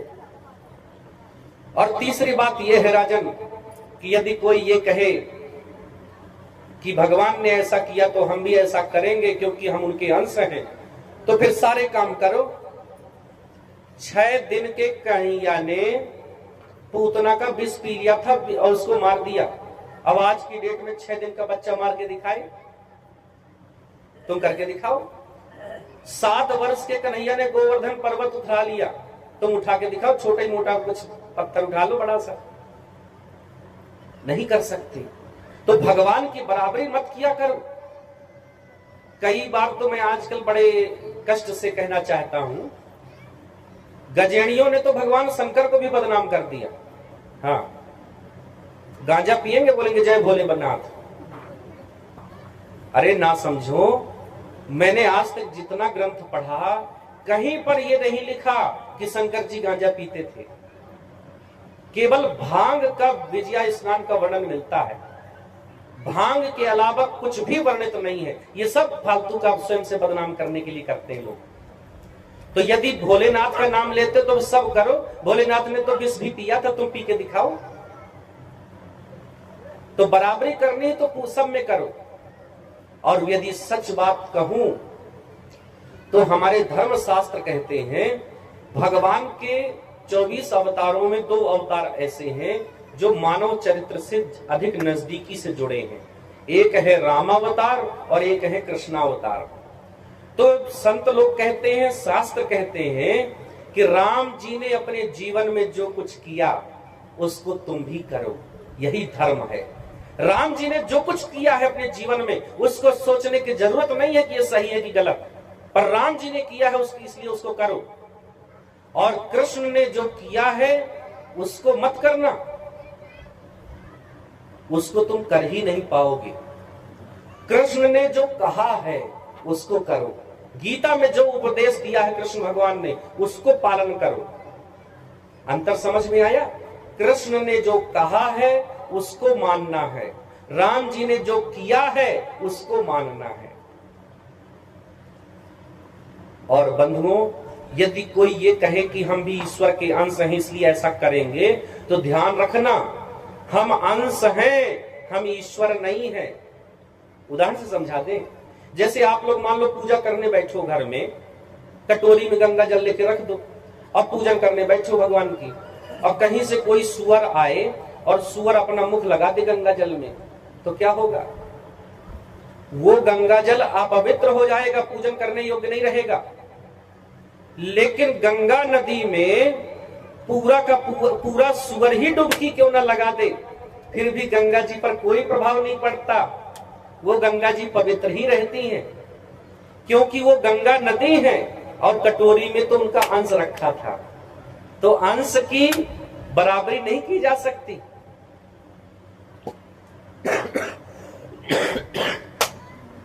और ये जो रास लीला है ये काम लीला नहीं है। श्रीधर स्वामी ने अपनी टीका में लिखा है, काम विजय प्रख्यापनार्थम शेयम रास लीला। कामदेव के अहंकार को नष्ट करने के लिए भगवान ने रास लीला का आह्वान किया था। कामदेव भी आए थे रास लीला के समय और उन्होंने भी गोपी का रूप बनाया और अपने पंचबाणों का प्रयोग किया। सारे प्रयास कर लिए पर कृष्ण को परास्त नहीं कर पाए, तो कामदेव भी पराजित हो गए।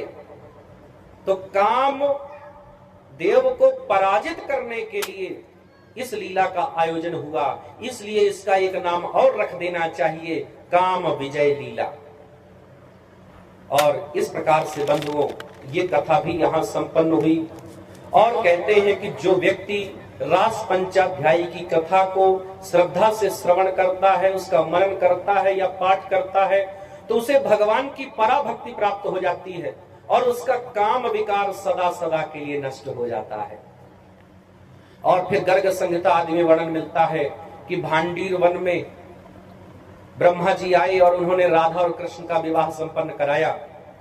और उसके बाद आगे कथा आई तो शंखचूड़ नामक यक्ष से गोपियों की रक्षा भगवान करते हैं और उसका कल्याण करते हैं। और फिर युगल गीत का वर्णन होता है जिसमें गोपियां दो दो का जोड़ा बना लेती हैं और भगवान कृष्ण तो गाय चराने के लिए चले जाते हैं। तो अब दिन कैसे कटे पूरा? तो पूरे दिन गोविंद की ही बातें करती हैं सब। एक पूछती है कि जब वो बंसी बजाते हैं तो कैसे लगते हैं, तो दूसरी उसका उत्तर देती है। और इसी आपस के जो संवाद हैं उसको युगल गीत के नाम से जाना जाता है। फिर इसके बाद बंधुओं एक वृषभासुर नाम का दैत्य आया, कंस का भेजा हुआ, मारने का प्रयास किया पर उसका भी भगवान ने कल्याण कर दिया। और धीरे धीरे इन लीलाओं का क्रम बढ़ता रहा और अब भगवान कृष्ण की उम्र हो गई 11 वर्ष की। कितनी?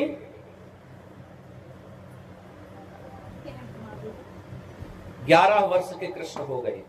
देखो, हम प्रारंभ से जब से कथा सुना रहे हैं तो भगवान के प्रत्येक उम्र के अनुसार बता रहे हैं कि किस उम्र में कौन सी लीला हुई। अब भगवान हो गए 11 वर्ष के। तो भगवान का जो मन है वही नारद है। भगवान के मन में जब भी कोई लीला करने की इच्छा होती है तो नारद जी वहां पहुंच जाते हैं अपने आप। अच्छा, नारद का मतलब क्या है पता है? हम लोगों ने तो नारद जी को बहुत बदनाम करके रखा है। अगर कोई व्यक्ति यहां से वहां, वहां से यहां कोई बातें करता रहता है, यहां की वहां पहुंचा दिए, वहां किया, बोले बड़ा नारद है। लेकिन ऐसा नहीं है। नारम ज्ञानम ददाति इति नारदः, जो ज्ञान प्रदान करे, सही रास्ता दिखाए, वही नारद है। अथवा नारम अज्ञानम व्यति खंड्यति इति नारदः, जो अज्ञान का खंडन करे वो नारद है। नारद जी पहुंच गए कंस के पास। बोले क्यों महाराज कंस, आपकी शकल में ये 12 क्यों बजे हुए हैं, इतना उदास क्यों हो? कंस ने कहा कि क्या बताऊं नारद जी, मैंने तो कृष्ण को मारने के बहुत प्रयास किए, बड़े बड़े राक्षसों को भेजा, लेकिन वो सारे राक्षस मारे गए और कृष्ण और बलराम का तो कुछ बिगड़ ही नहीं पाया, इसलिए मैं उदास हूं।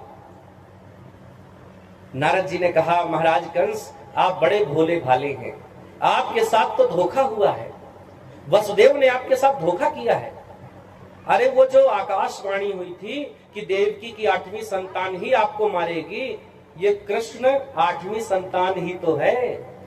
और वसुदेव तो उसको अपने सिर पर रख करके छोड़ी आए थे गोकुल में नंद बाबा के यहाँ, और वहां से कन्या को ले आए थे। सारी बातें नारद जी ने बता दिए कंस को। तो क्रोध में आ गया कंस, तलवार निकाल लिया, बोला कि मैं वसुदेव को जिंदा नहीं छोड़ूंगा। नारद जी ने कहा कि मूर्खता मत करो, यदि तुमने वसुदेव को मार दिया तो वासुदेव कभी हाथ नहीं लगेगा। आप ऐसी योजना करिए महाराज कि आप कृष्ण और बलराम को यही मथुरा में बुलवाइए। बच्चों को मेला देखने का बड़ा शौक होता है, तो आप मेले का आयोजन करिए और उनको यहां बुलवाइए अक्रूर जी के माध्यम से। और फिर यहां पर आप बड़े बड़े पहलवानों को कुश्ती के लिए बुलवाइए, कुवलिया पीढ़ हाथी को बुलवाइए और उनके माध्यम से कृष्ण और बलराम को यही मथुरा में ही मार डालिए। और हाँ महाराज, ज्यादा देर मत करिए, आज ही भेजिए अक्रूर जी को, और मैं परसों आपको विजयी होते हुए देखना चाहता हूं। नारद जी ये कह के चले गए। एक बात बताऊं, मूर्ख और शंख ये दोनों दूसरों के फूंकने से बचते हैं। दूसरे फूंक देते हैं, फिर वो बजना चालू हो जाते हैं, शंख और मूर्ख। अब नारद जी फूंक के चले गए और कंस बजना चालू। अब कंस ने अक्रूर जी को बुलाया, अक्रूर जी से कहा कि सारी बातें बताई। बोले कि 8वीं संतान देवकी की वो कृष्ण ही तो है, आप उसको लेकर के आइए। अक्रूर तो भगवान के परम भक्त हैं। पहले तो थोड़ा चिंता हुई, फिर सोचने लगे कि भगवान के चरणों में ही चिंता को छोड़ देना चाहिए। भगवान को जो उचित लगेगा सो करेंगे, वही रक्षा करेंगे।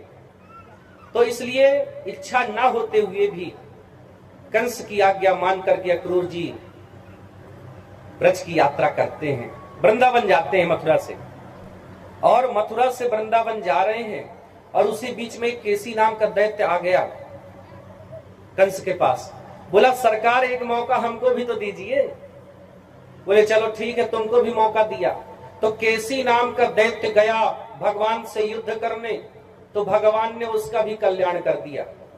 तो चूंकि केसी का कल्याण किया गोविंद ने, तभी से उनका एक नया नाम केशव पड़ गया। बोले केशव भगवान की।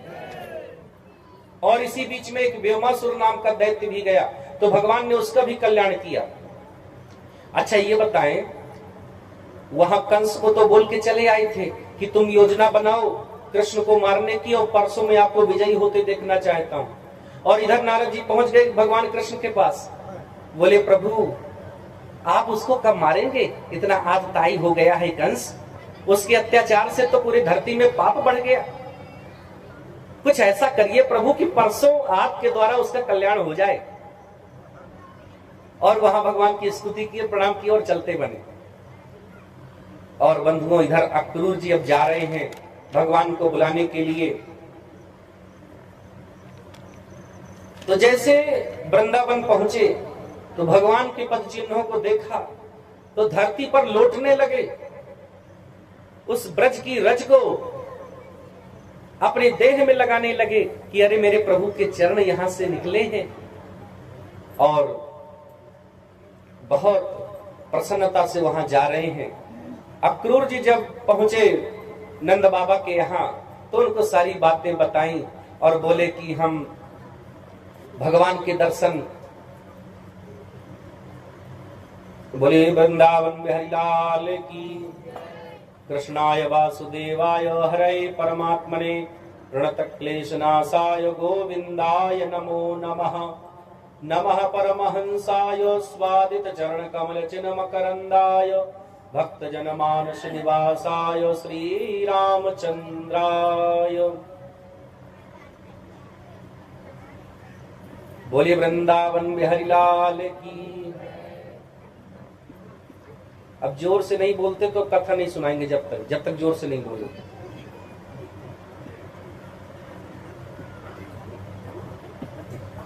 बोले वृंदावन बिहारी लाल की।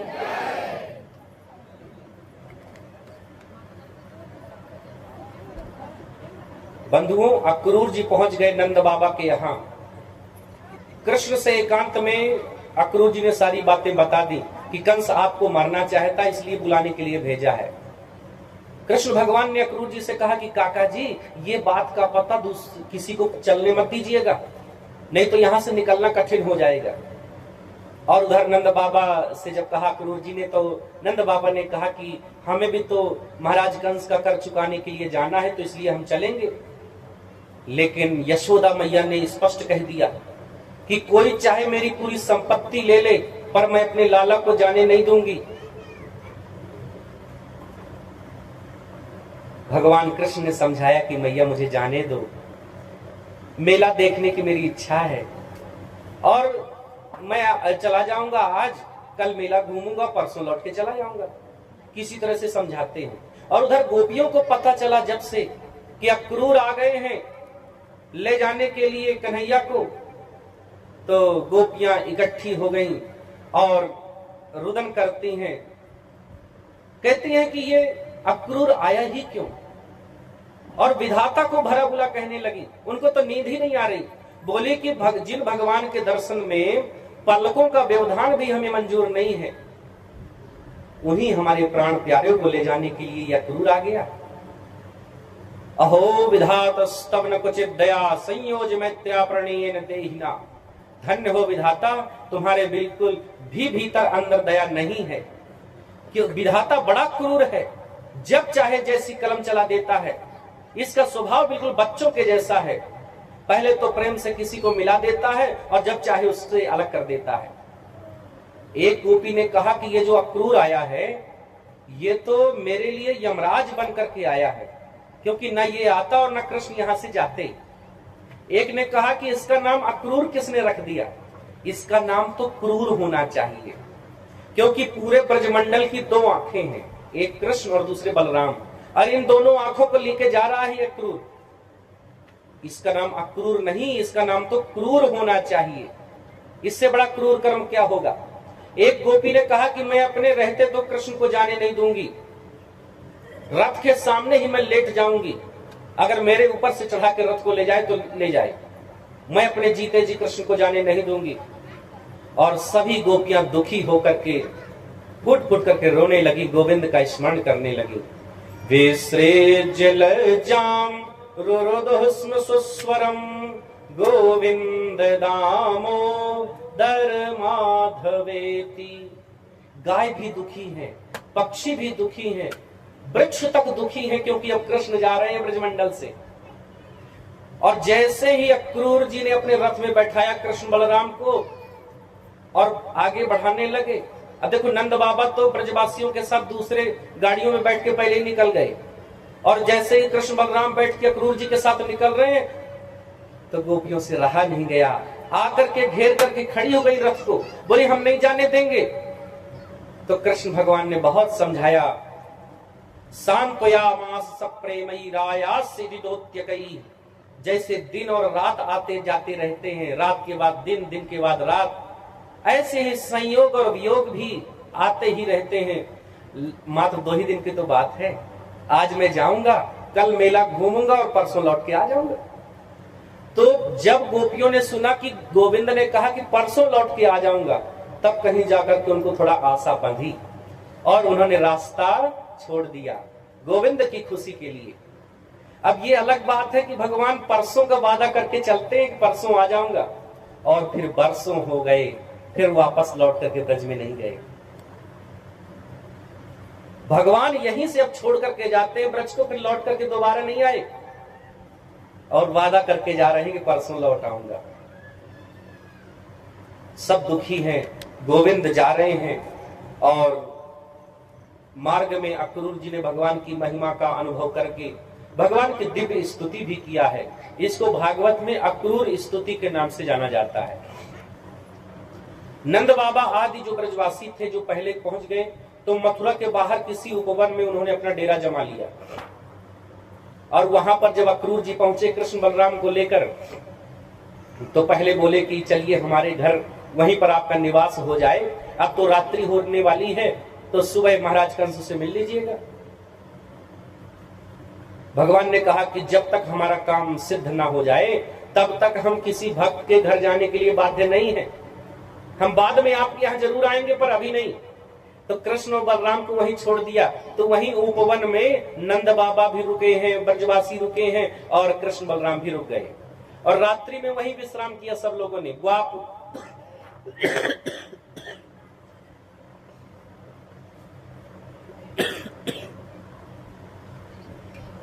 ग्वाल बाल साथी भी वहीं रुक गए और रात्रि में वहीं विश्राम किया। जब सुबह हुई तो कृष्ण भगवान ने नंद बाबा से कहा, बाबा हमें तो मथुरा घूमना है, तो हम चले जाएं? नंद बाबा ने कहा कि चले तो जाना, पर किसी से झगड़ा मत करना। कन्हैया ने कहा, बाबा अब हम बड़े हो गए, समझदार हो गए हैं, अब हम किसी से झगड़ा नहीं करेंगे। तो नंद बाबा की अनुमति लेकर कृष्ण, बलराम और उनके ग्वाल बाल साथी ये सब चलते हैं मथुरा में। अब मथुरा नगर में जैसे ही आगे बढ़े तो सबको जैसे ये खबर हुई कि कृष्ण आए हैं, तो मथुरा की स्त्रियां, वहां के रहवासी सब अपनी अपनी अटारियों में चढ़ गए और गोविंद को दर्शन कर रहे हैं, गोविंद का उनको देख रहे हैं, वहीं से फूल बरसा रहे हैं, स्वागत कर रहे हैं। अच्छा, अटारियों में क्यों चढ़े? क्योंकि कंस की ये स्पष्ट आज्ञा थी कि कोई भी स्वागत सत्कार नहीं करेगा कृष्ण का, तो इसीलिए सब छिप करके देख रहे हैं, वहीं से स्वागत कर रहे हैं। तो ग्वाल बाल साथियों ने कृष्ण से कहा, कन्हैया अब यदि हमें पता होता कितना स्वागत सत्कार होगा यहाँ मथुरा में, तो हम लोग बढ़िया सज धज के आते, और पहली बार नगर भ्रमण करने आए हैं तो बढ़िया अच्छे वस्त्र पहन करके आते। अब हम तो वही गाय चराने वाले वस्त्र पहन के चले आए, अब हमको तो ये अच्छे नहीं लग रहे। भगवान ने कहा, चिंता मत करो, वो अच्छे वस्त्रों की व्यवस्था करते हैं। इतने में एक रजक धोबी दिखाई पड़ा, तो उस धोबी से कन्हैया ने कहा कि आप हमें वस्त्र दे दीजिए, हम लोग अपनी इच्छा के वस्त्र पहन लें और बाद में हम आपको वापस कर देंगे। महाराज कंस हमारे मामा हैं, मामा जी से हम मिलने जा रहे हैं, तो यदि आप अच्छे वस्त्र दे सकें तो बहुत अच्छा होगा। तो वो बड़े दुष्ट स्वभाव का था धोबी, उसने तो गाली गलौज करना शुरू कर दिया। अरे वनवासियों, कभी अच्छे वस्त्र पहने हो, कभी अच्छे वस्त्र पहनना जानते हो? अरे महाराज कंस के वस्त्र हैं ये। और तमाम अनाप शनाप गाली गलौज करने लगा और फिर भगवान कृष्ण को मारने के लिए आगे बढ़ा। तो कृष्ण भगवान ने फिर ऐसा तमाचा लगाया उस धोबी को कि उसका वही राम नाम सत्य हो गया। और जो बाकी के धोबी थे वो सब कपड़ों की गठरियां वहीं फेंक दी और भाग खड़े हुए। कृष्ण भगवान ने साथियों से कहा, लो भैया अब अपनी अपनी पसंद के अपने अपने फेवरेट कपड़े उठा लो और पहन लो। सबने अपनी अपनी पसंद के कपड़े छांट लिए और पहन लिए और फिर अब आगे बढ़े।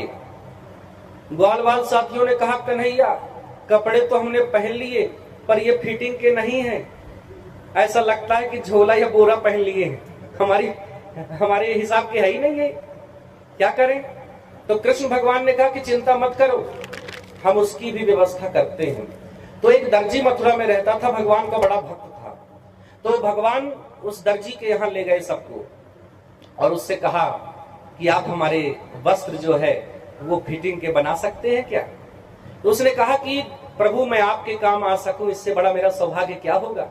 तो जल्दी ही जल्दी उस दर्जी ने सबके कपड़े उनके अनुसार बना दिया, जिसका जैसा शरीर था वैसा कपड़े बना दिए, सब बढ़िया अच्छे दिखने लगे।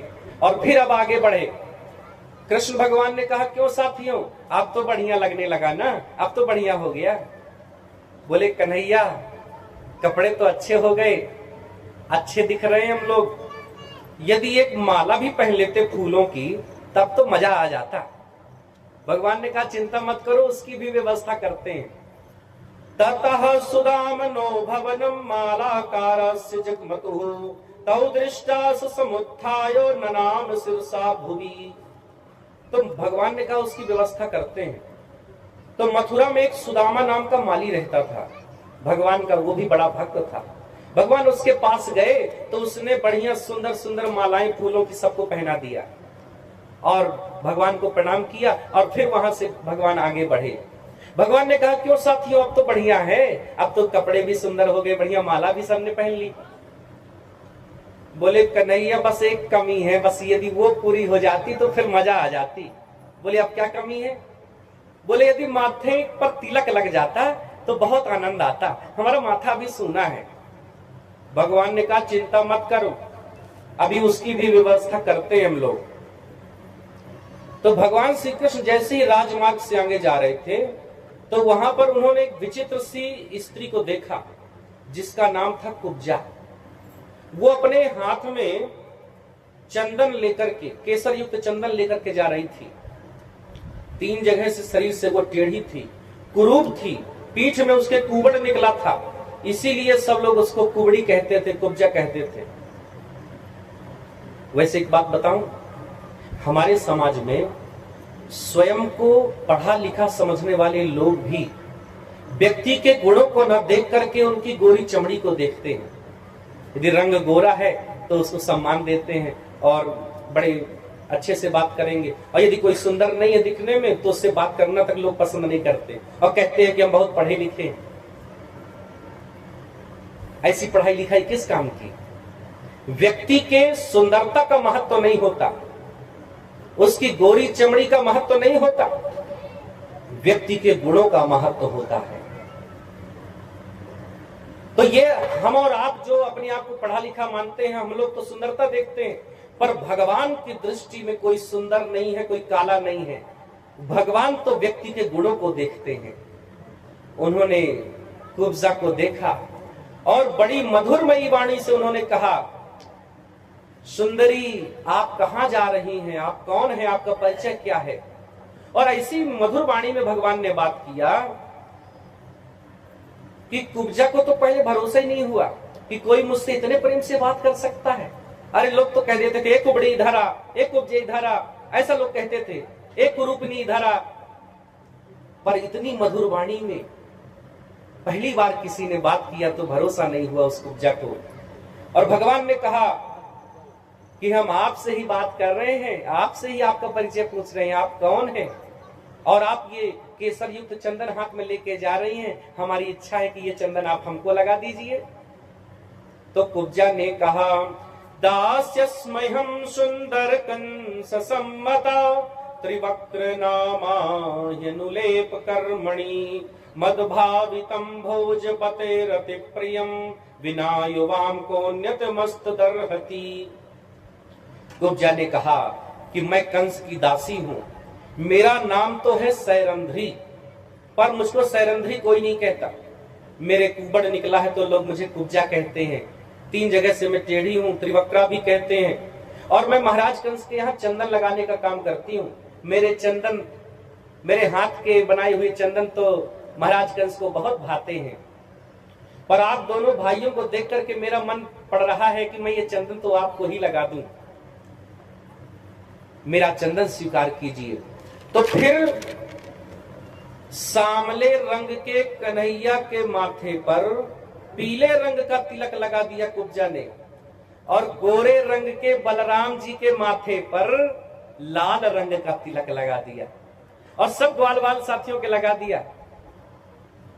भगवान ने विचार किया कि कुब्जा ने हमारी प्रसन्नता का काम किया है, तो क्यों ना इस पर कृपा कर दी जाए।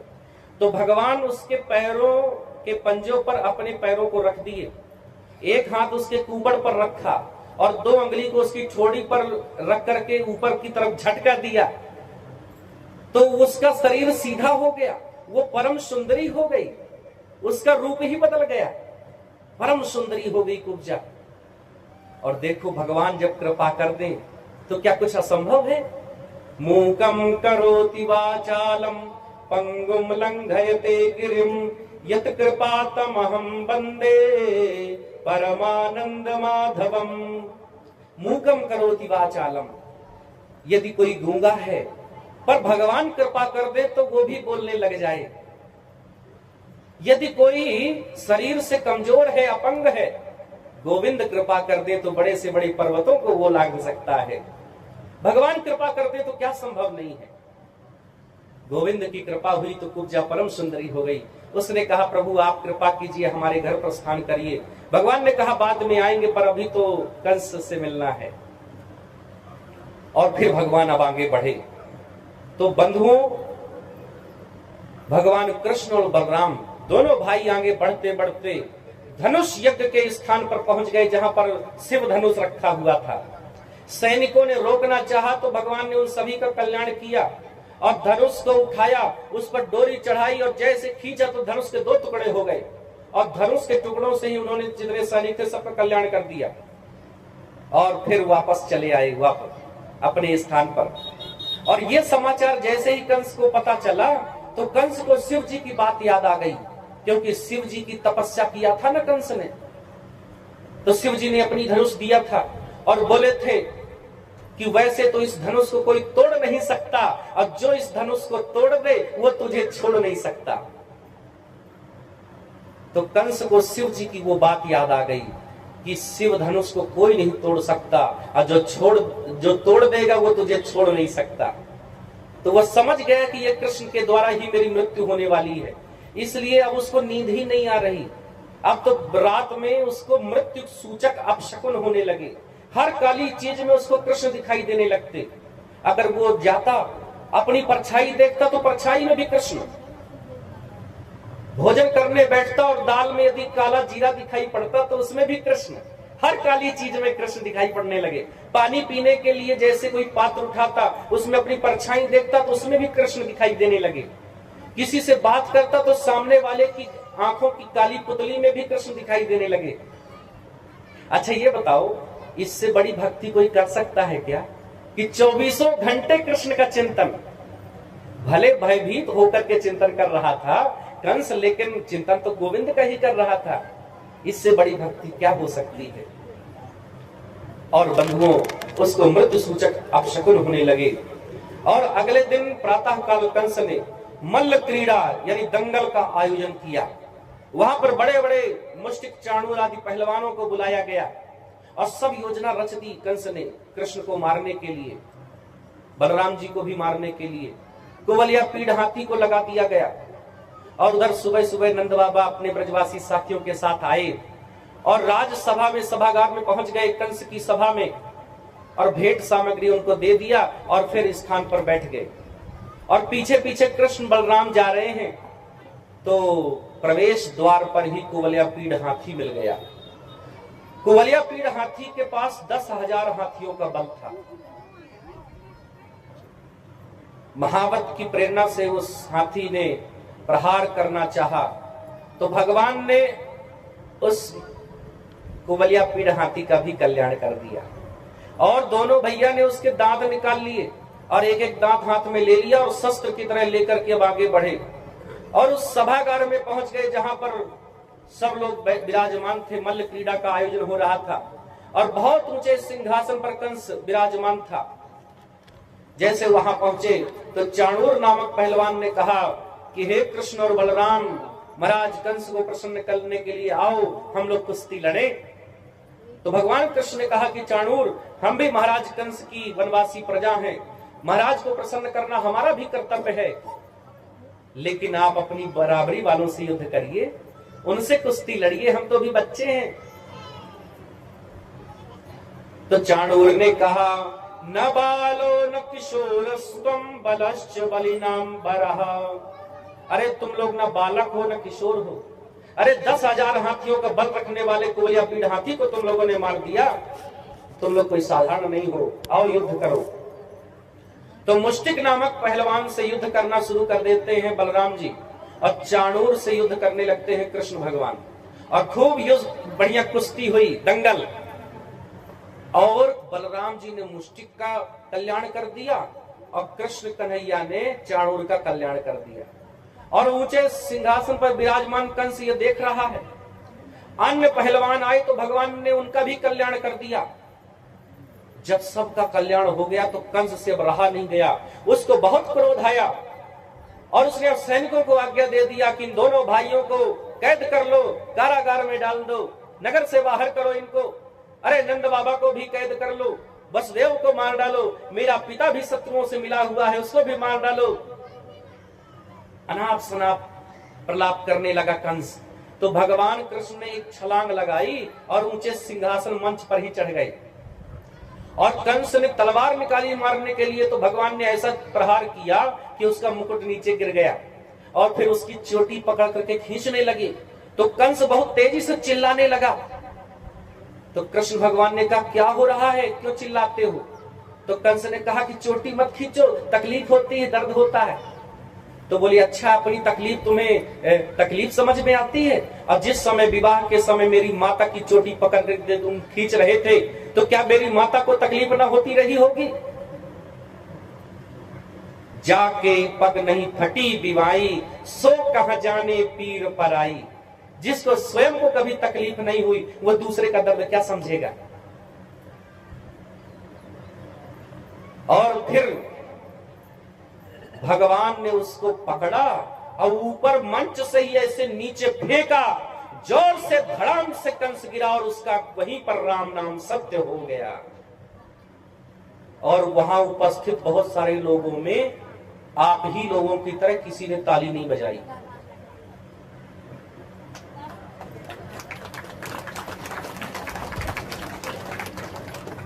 हमारे खनगढ़ वाले समझते तो है, पर थोड़ा देर से समझते हैं। अरे उन्होंने तालियां इसलिए नहीं बजाई थी, उनको शंका थी, क्या पता मरा कि नहीं मरा, न मरा होगा तो हमको मार डालेगा। आप लोगों को तो पता ही है ना कि उससे कल्याण हो गया। बोले वृंदावन बिहारी लाल की। और बंधुओं, कंस को सारूपी मुक्ति मिल गई। इसके बाद भगवान कृष्ण और बलराम गए अपने माता पिता के पास मिलने के लिए। देवकी और वसुदेव जी के चरणों में प्रणाम किया भगवान ने और क्षमा मांगी कि माता पिताजी, हम पहले आपके पास नहीं आ सके, आपको बड़ी तकलीफ हुई। और फिर उसके बाद नंद बाबा के पास गए। कृष्ण भगवान बोले कि मैं अपने जन्म देने वाले माता पिता की सेवा कुछ दिन यहीं पर रह करके कर लूं, तो इसलिए आप तो ब्रज में लौट जाइए, मैं बाद में आऊंगा। नंद बाबा वसुदेव जी के पास आए और उन्होंने कहा कि हमें अक्रूर जी के माध्यम से पता चला है कि कृष्ण आपके ही पुत्र हैं, बलराम भी आपके पुत्र हैं। हम तो अपना पुत्र मान करके कृष्ण को पालते रहे, बड़ी खुशी है कि आपको आपका पुत्र मिला। मैं ब्रज लौट जाऊंगा, पर मुझे समझ में नहीं आता कि यशोदा को मैं क्या उत्तर दूंगा। यशोदा तो बेचारी मर जाएगी, पर फिर भी मैं उसको समझाने की चेष्टा करूंगा। ग्वाल बाल साथियों ने भी कन्हैया से कहा, कन्हैया हमसे क्या गलती हो गई, हमारे साथ तुम खाते थे, खेलते थे, हम लोग कितने आनंद से रहते थे, और अब तुम कहते हो कि वापस लौट जाओ। पर कृष्ण की खुशी के लिए सब वहां से प्रस्थान कर गए ब्रज के लिए। और अब कृष्ण और बलराम अपने माता पिता देवकी और वसुदेव के पास ही रहने लगे, और अपने नाना उग्रसेन को, यानी जो कंस के पिता उग्रसेन हैं, उन्हीं को राजा बना दिया कृष्ण ने, स्वयं राजा नहीं बने। उग्रसेन अब राजा हो गए। और बंधुओं, इसके बाद वसुदेव जी ने कुल पुरोहित गर्गाचार्य जी को बुलाकर यज्ञोपवीत संस्कार करवाए भगवान के। और फिर इसके बाद वसुदेव जी ने विचार किया कि हर माता पिता का कर्तव्य है कि अपने बच्चों को शिक्षा का अवसर उपलब्ध कराएं। हाँ, माता शत्रु पिता वैरी ये न बालो न पाठिता न शोभते सभा मध्य हंस मध्य बको यथा। जो माता पिता अपने बच्चों को पढ़ने का अवसर उपलब्ध नहीं कराते, शिक्षा नहीं दिलाते, तो ऐसे बच्चे तो हंसों की सभा में बगुले के समान हो जाते हैं। तो ऐसे माता पिता शत्रु के समान हो जाते हैं। माता शत्रु पिता बैरी, पिता बैरी के समान हो जाता है। इसलिए बच्चों को शिक्षा जरूर देनी चाहिए। इसलिए वसुदेव जी ने पढ़ने के लिए भेज दिया कृष्ण बलराम को। पता है कहां भेजा? अरे अपने मध्य प्रदेश में ही भेजा, उज्जैन में सांदीपनी ऋषि का आश्रम था, तो सांदीपनी मुनि के आश्रम में भेजा पढ़ने के लिए। और वहीं पर तो सुदामा से भी भेंट हुई थी कृष्ण बलराम की।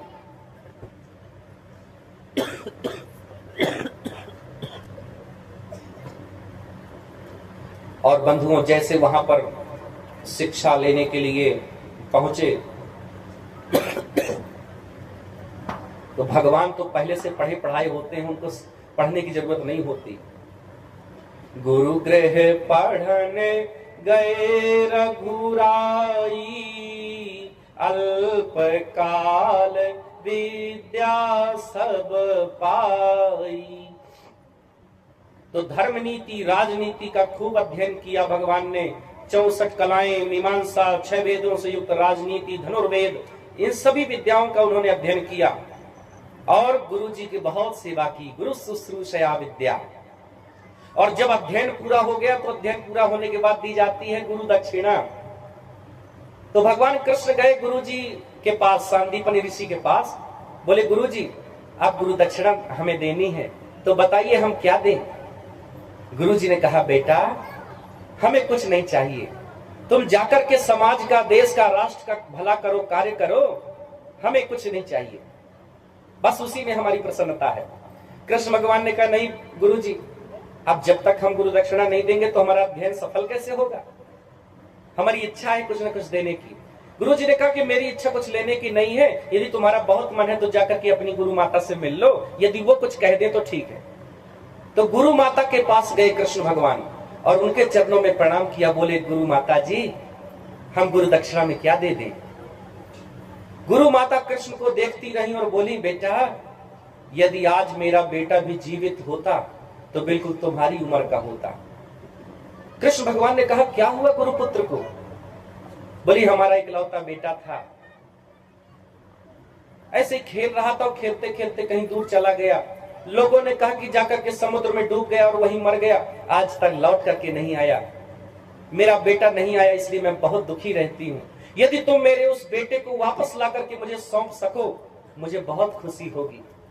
कृष्ण भगवान ने कहा, गुरु माता जी, आपका बेटा पूरे ब्रह्मांड में चाहे जहां भी होगा, हम उसे ला करके आपको जरूर सौंप देंगे, आप चिंता मत करिए। और गुरु जी को प्रणाम करके कृष्ण भगवान आगे चले,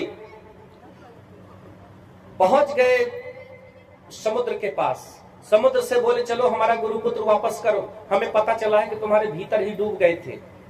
तो समुद्र ने कहा कि मेरे पास तो नहीं है आपका गुरुपुत्र, लेकिन मेरे भीतर एक शंखासुर रहता है, पंचजन उसका नाम है, हो सकता है उसके पास हो। तो भगवान ने समुद्र में छलांग लगा दिया और पहुंच गए शंखासुर के पास। तो शंखासुर का कल्याण कर दिया भगवान ने।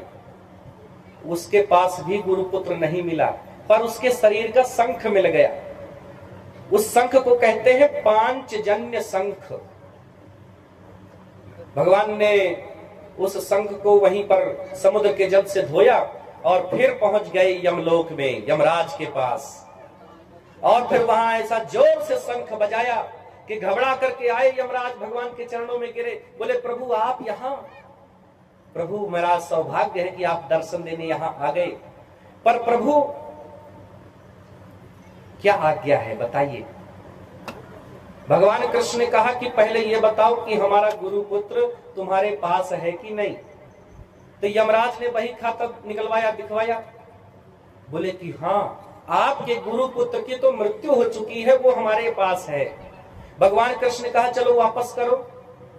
यमराज ने कहा क्या बात कर रहे हैं प्रभु, आप ही ने तो नियम बनाया है कि जो व्यक्ति मर जाता है, मरने के बाद जो यहाँ यमलोक आ जाता है वो फिर वापस जीवित नहीं हो सकता। भगवान ने कहा कि यदि हमने संविधान बनाया है तो हम ही कहते हैं कि संविधान में संशोधन करो, नियम को बदलो, हमारा गुरुपुत्र हमें वापस करो।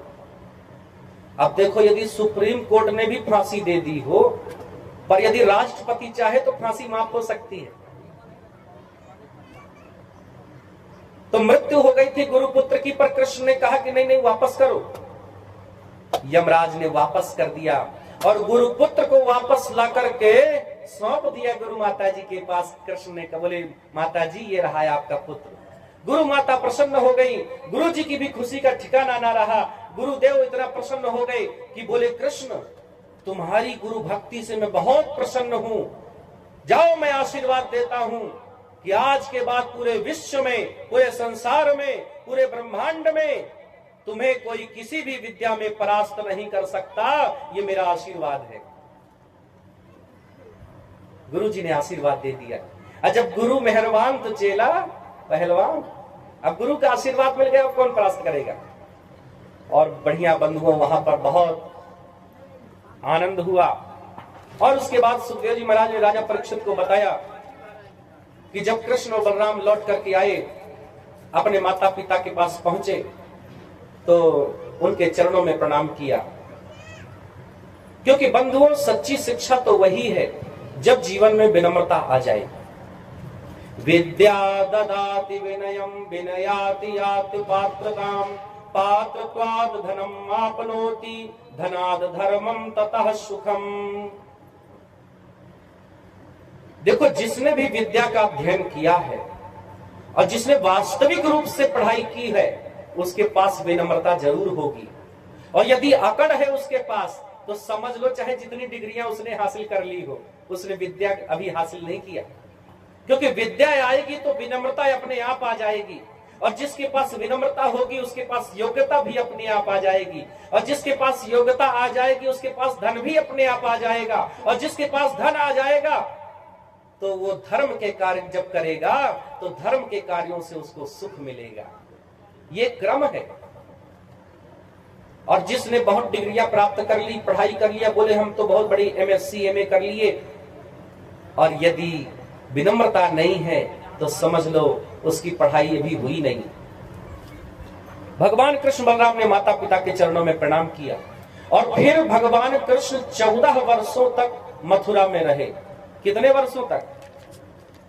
14 वर्षों तक। और